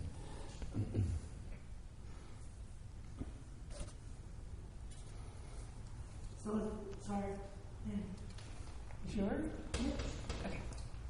So I notice, speaking of making it personal, you begin to talk, and I'm thrilled to be here. Had a little chocolate on the way here, which kind of has me off, the mind's going. Yeah, I don't do caffeine, but I do chocolate. If you do chocolate, you do caffeine. So you begin to talk, and I'm loving what you're saying, I'm relating to it, and then the mind goes, squirrel, and it goes off to, what about going to see Peter in California, and then artwork, what about the artwork at the other house? And then, I'm noticing that sort of bifurcated attention, like the mind just is kind of all over the place. The thoughts really want to waylay what's going on here, and I notice that happens a lot in regular life. Can you speak to that process of thought? Yes. Sidetracking. Yeah, there's no sidetracking. There's nothing going on here. The waylaying is what's going on. There's no coherence. Another aspect of what you'll discover if you look at the experiential field is this phenomena that you're indicating, is there's no consistency, there's no persistence. You start with this and you end up over there, and then you end up over there, and you end up over there, and is it ever otherwise? Does anything other than that ever happen? There is no stability. There is no... the nature of attention seems to generate this spontaneous focus. But the focus is absolutely inconsistent and absolutely dynamic. So you start off, you're looking at this, or we're talking about this, or we're thinking about this, and right away it's like, it's like there's a drunken cameraman who's like continually. Or a cameraman, a high cameraman. Yeah. And it's like that, isn't it? There's no coherence, And again, because of the consensus reality of brainwashing, we're all thinking, no, there is coherence here. The incoherence is my fault. I'm supplying the incoherence to a coherence that is here, so it's my error. Wrong. The incoherence that is here is the objective fact. There is no coherence that you're missing or that is actual and objective, as opposed to your failing, drifting around of your awareness. Yeah, there's coherence is a myth, is a consensus reality myth. There's nothing particular happening here. There's no core or structure to what's happening here. It's all just slippery nothingness that instantly morphs into something else and that has never been, and it's just off and running continually. And it's not off and running from something. There's nothing to be off and running from. Off and running is what there is.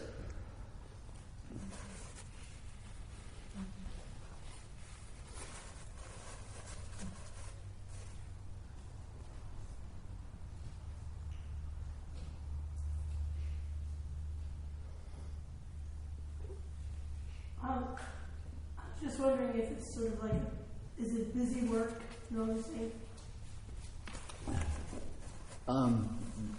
What do you mean by that particularly? I mean, sort of, my initial answer is definitely yes, but I want to be sure I understand what you're actually asking. Well, it's sort of like, it appears like noticing leads somewhere, but regardless, it just appears that way. And yeah.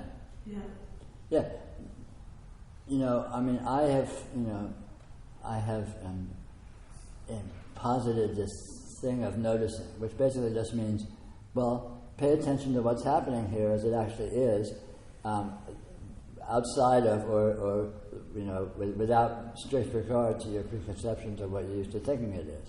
So just be with the presence of your experience, being a little bit loose about what you think you're experiencing or what you think is happening, which I call noticing. And it's definitely a trick. It's basically a lie, because noticing is a trick to discover that in fact you're always doing nothing but, because the very nature of experience is paying attention to itself, and its nature is this spontaneous drift, this weird free floating.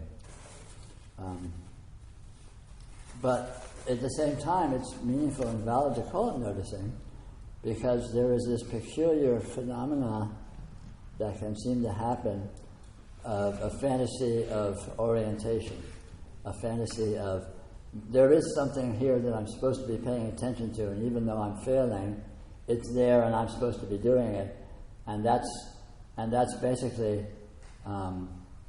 how delusion happens. That's basically how we get caught up in suffering, how we get caught up in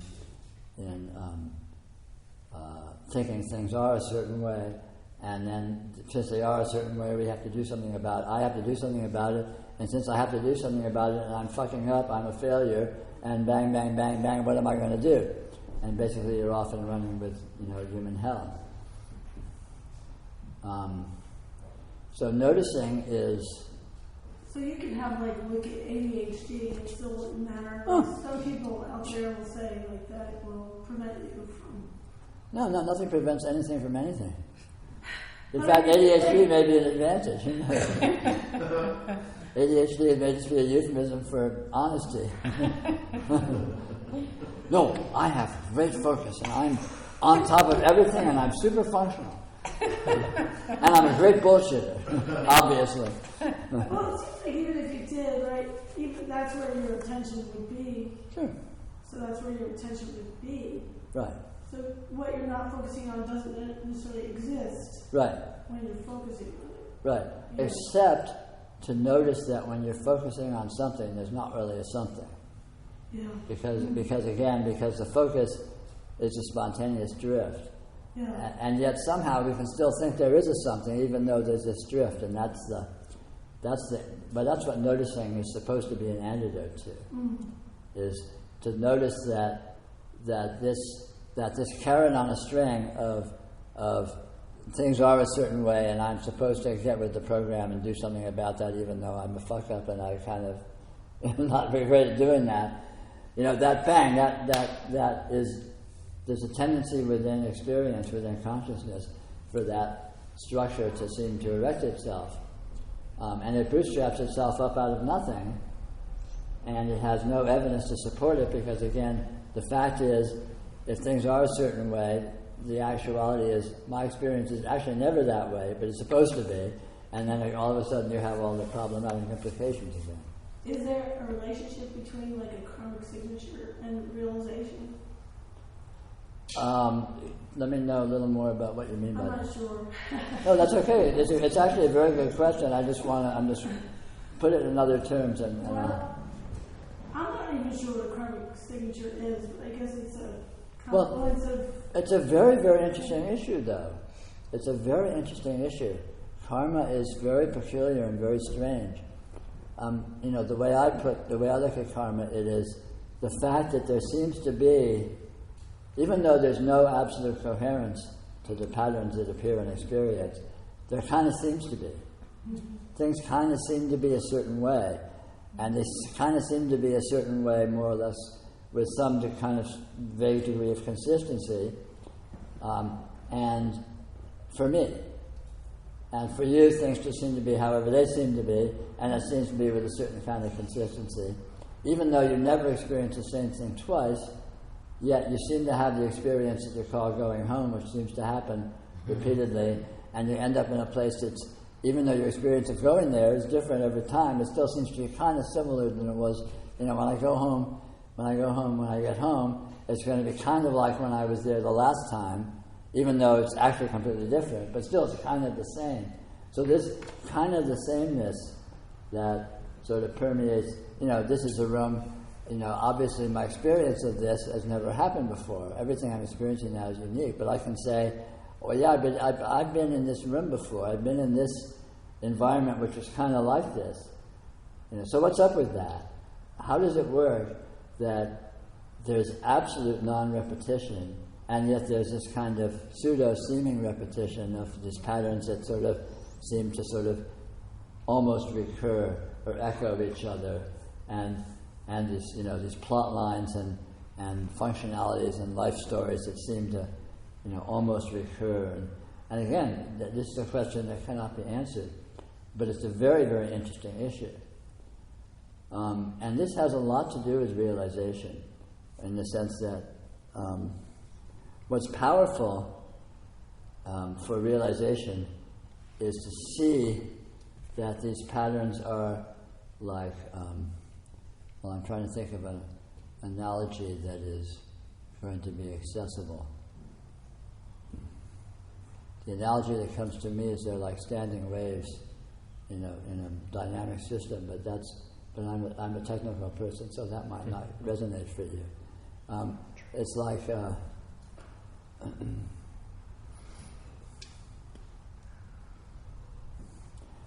the seeming coherence of the patterns that seem to occur, that seem to recur, and seem to have some degree of consistency.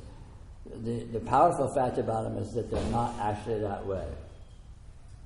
They seem to be that way, and it's not a matter of denying that they seem to be that way, but they aren't actually that way.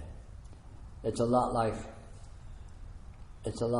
looking at the specifics of experience. You're getting very precise with your experience. For example,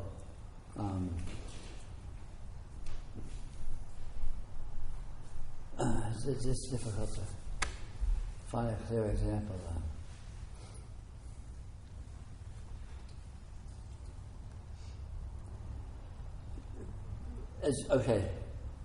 As people, normal human functioning, we're encouraged to notice and emphasize the similarities, and we're encouraged to gloss over and not notice, and to sort of downplay and ignore the differences. Now, the differences are absolute, because you never actually experience the same thing twice. But the bias for normal human functioning is exactly the opposite. We gloss over the differences, which are absolute, and go to the similarities, which are very general. In other words,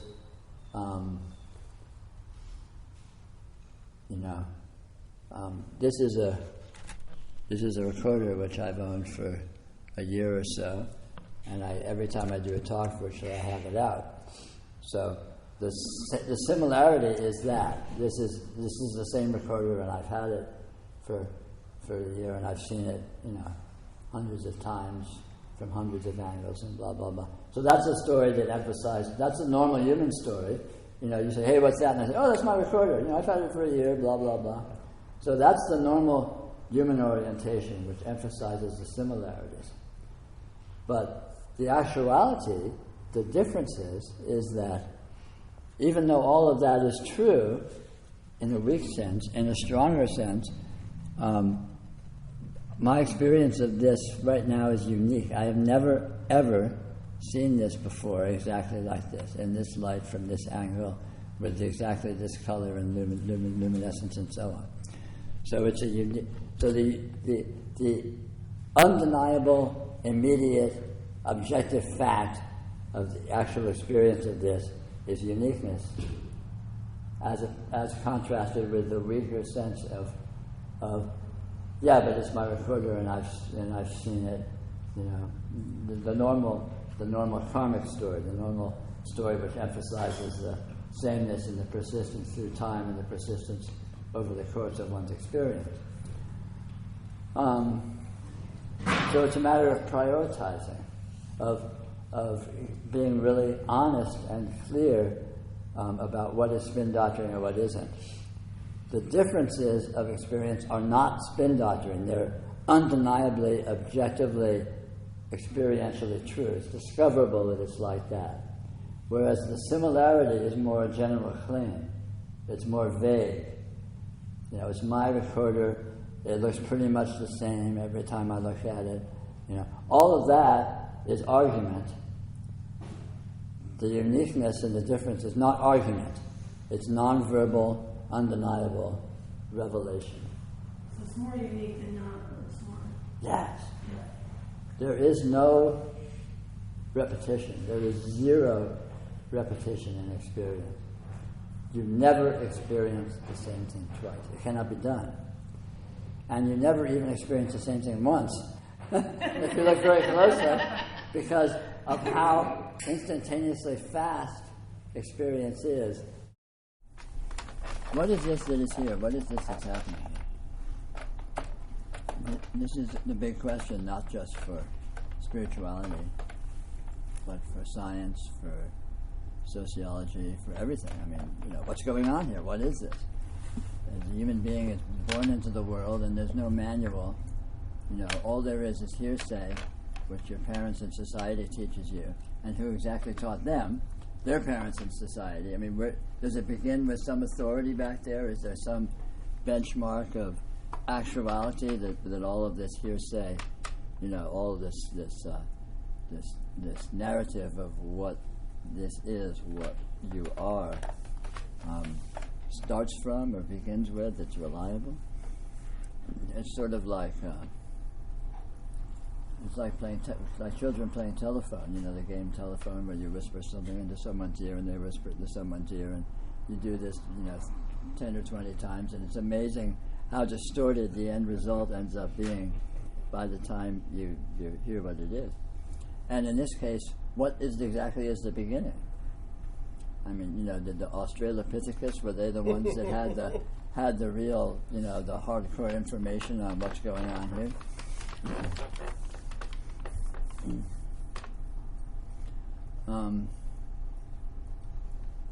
So typically, what do most people do? Most people orient to what they are, what the world is, and what to do about that, more or less in terms of information that they have been given, information that they've been programmed in, being taught by society, by their parents, and so on and so forth, by philosophies, by religions, and these things are generally more or less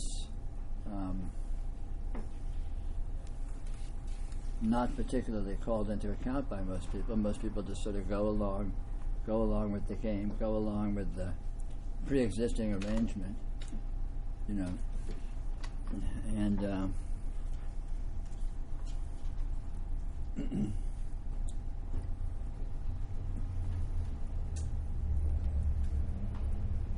but by and large, that approach to things tends to be rather unsatisfying.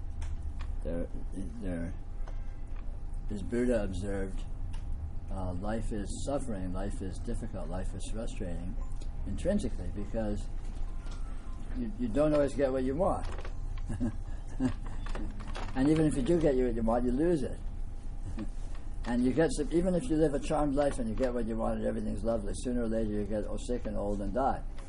And then you lose everything. And so the entire thing is sort of fraught with its own shelf life. It's fraught with its own expiration date that can be a little perplexing, a little annoying. I mean, in modern Western society, most of us have a deep-seated fear of death, of our own personal annihilation, that we more or less are in denial of, either by not talking about it or not thinking about it or absorbing ourselves in all sorts of other activities. For example, but it happens that what this is of course precisely what it is. And what this is doing you. You are an outgrowth of what this is. Where else did you come from? You want something artificial that was grafted in from some other reality and planted here. You are an outgrowth of this. So what this is what you are. What you are is what this is. So because of that, the basic core nature of what you are and the basic core nature of what this is are one and the same. So you have the ability to know this and to know yourself simply by your own intrinsic nature, simply by your own intrinsic properties. The native intelligence, the nature of the life force, the nature of consciousness, all of these, as we sloppily designate them, are principles of reality itself, are principles that are manifest in your functioning and your being, and are principles that reality is made of and consists of. So, and functionally, in terms of our seeming function and our seeming experience, these principles serve as an interactive bridge. We explore what we are with our intelligence, with our consciousness, with our engagement, with all of these properties that seem to show up within our experience. And this is intrinsic with experience, whether or not you're even curious or on a spiritual path or inquisitive at all. It's natural just during the course of life to develop a spontaneous wisdom, a spontaneous maturing, simply through the natural functioning of this ongoing engagement of experience with phenomena, of experience with actuality. Spirituality is simply taking that engagement, taking that functionality to as high an efficiency as possible, so that one engages with one experience very deliberately and very precisely, with an eye to maximizing the efficiency and the clarity of this discovery that experience intrinsically consists of. And it turns out that it is actually possible to know what this is. It is actually possible to know what you are. Self-realization, God-realization, all of these exalted sounding terms are in fact nothing other than coming to face with your own nature, with the nature of this that is here, and having that nature be displayed clearly through your identity with it. You are it, so of course you can know it. Of course you can see it. It is not hidden or concealed. On the contrary, it's very explicit. The main impediment to the discovery of this nature that is here is twofold. On the one hand, what is here is extremely subtle and extremely strange and extremely nonlinear. So there's a learning curve of sensitivity, of being able to assimilate it as it is, that vastly exceeds human norms. On the one hand. And on the other hand, most people think they already know what this is. So, one of the major difficulties or challenges in this kind of investigation is one's own programming, one's own nature and temperament in the first place, but then secondarily the programming and the belief systems that we've all been indoctrinated in, that typically we hold unconsciously, so we don't even know that they're belief systems. We think they're just true.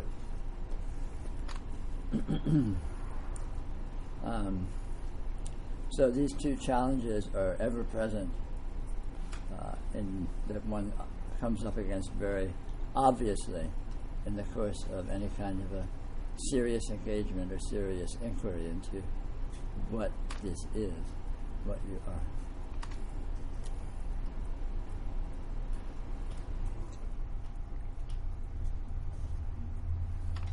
Fortunately, you have also an enormous asset, which is that you already are intrinsically what you're looking for. So you have a deep intuitive knowing of your own nature and of the nature of this. Again, that knowing is so irrational and so nonlinear and so slippery by comparison with normal human categories that we usually try and approach things in terms of, that this typically for most people requires a certain amount of playing hide and seek with oneself.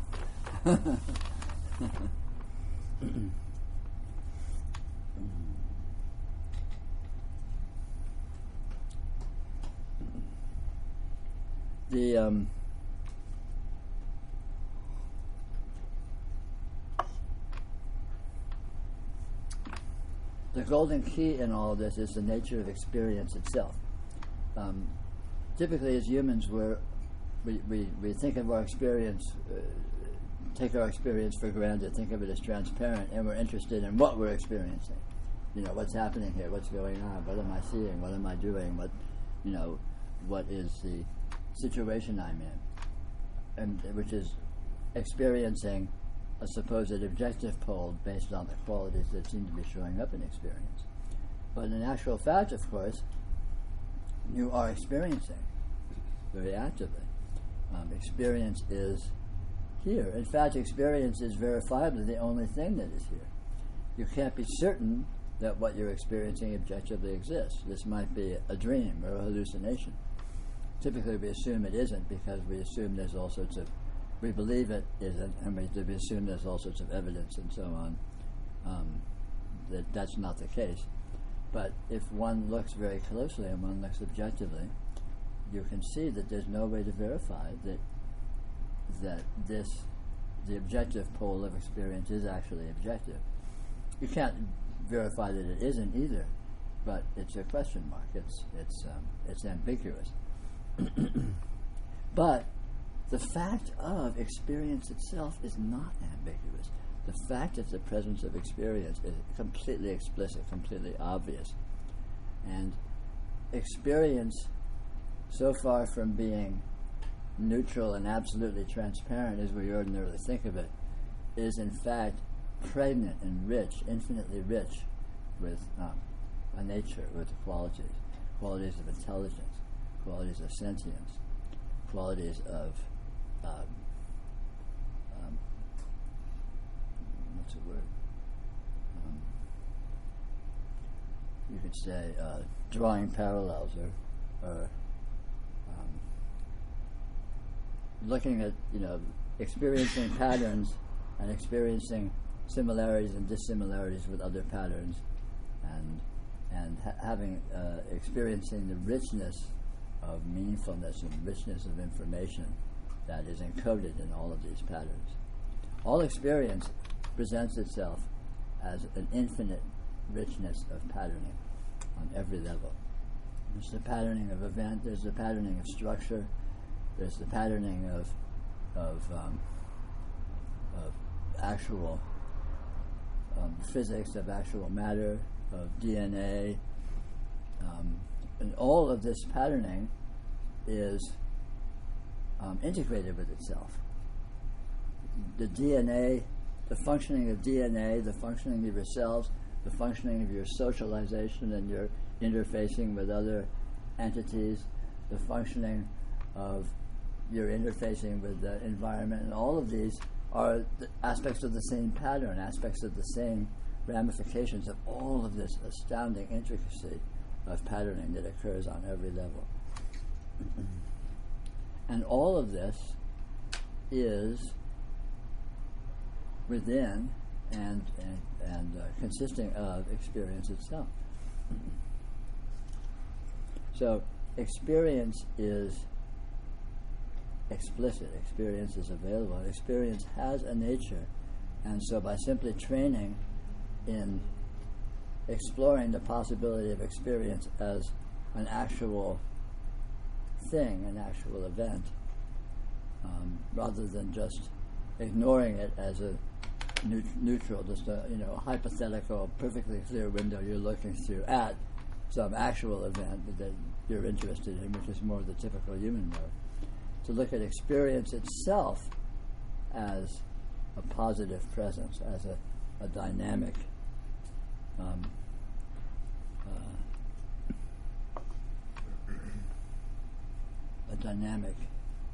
agent. It will reveal itself as that, and it will begin to show you its own subtle nature, which again is perceivable because you yourself are that subtle nature. So this is not something that's foreign and outside yourself that you need to learn. On the contrary, it's something you're very, very familiar with, that intuitively is of your very nature. So the recognition is possible. And discovery in spirituality is nothing more than recognition, because spiritual discovery is the recognition of what is the case and has always been the case. It's not the achievement of some new condition or the achievement of some superior, purified state or something like this.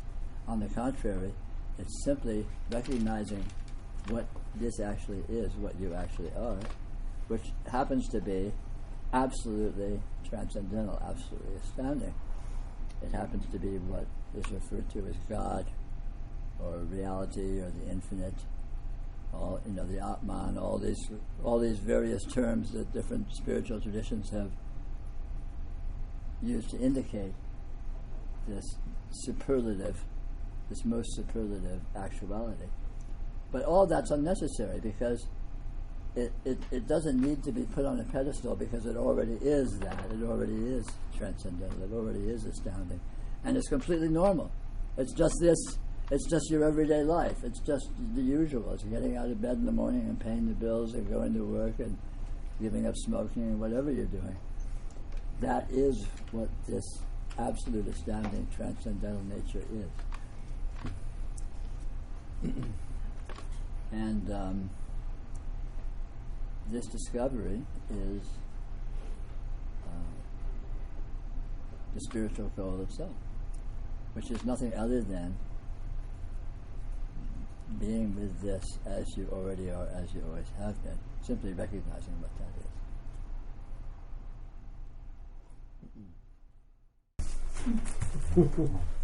There's an enormous amount of conflicting information available in terms of what spirituality is, how it works, what to do about it, what the point of it is, and so on and so forth.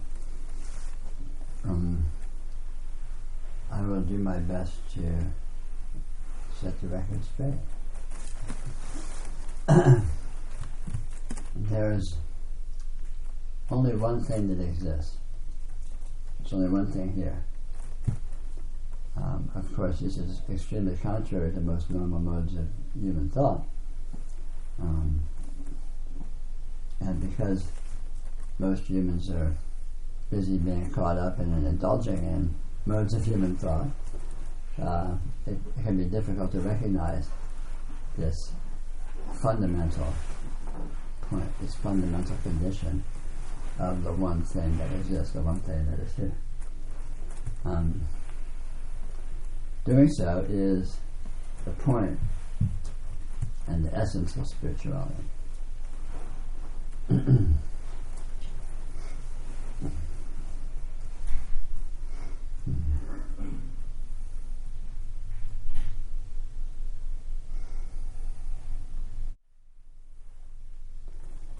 Normally, as humans, we're used to thinking in terms of drawing distinctions.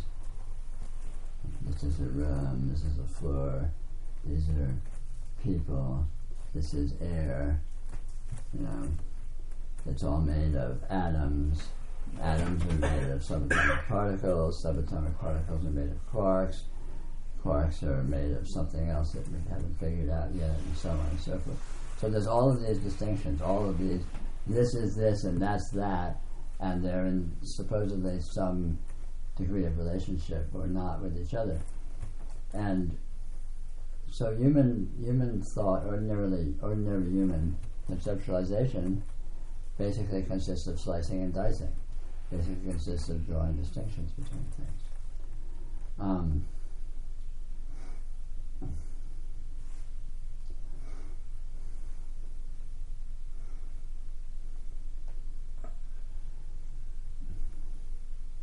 One of the implications of this style of thought is the philosophy or the conceptual landscape tends to be littered with all sorts of differentiated objects and conditions.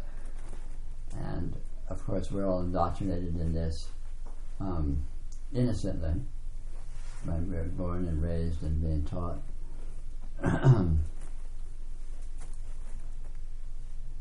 So typically we come to this hodgepodge of all of these objects and conditions and things that supposedly are around and supposedly are uniquely different from each other and everything. And we try and figure out, well, how do we fit in? Which one of these pieces am I? Which one of the pieces am I not? And how are they, what do you do about that? And typically, in a modern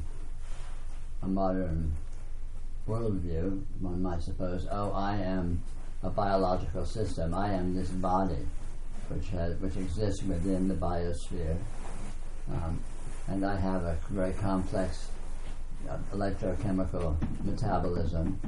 And one of the results of that is a very sophisticated central nervous system, and the one byproduct of that is this apparent phenomena of consciousness.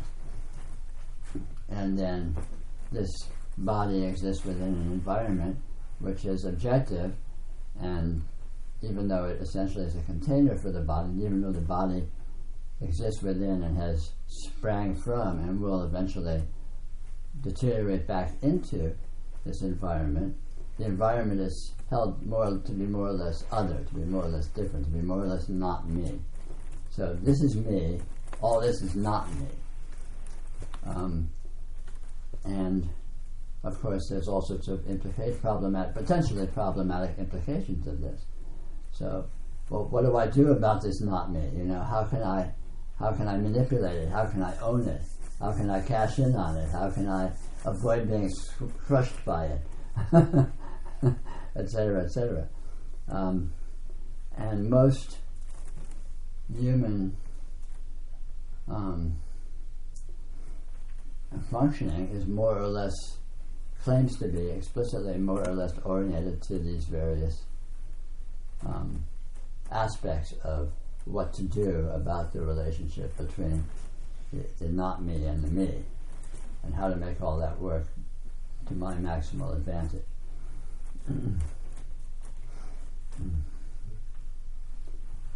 Now, all that's fine, and we're all very familiar with it, more or less, because this is normal worldview that most people are sloppily indoctrinated into.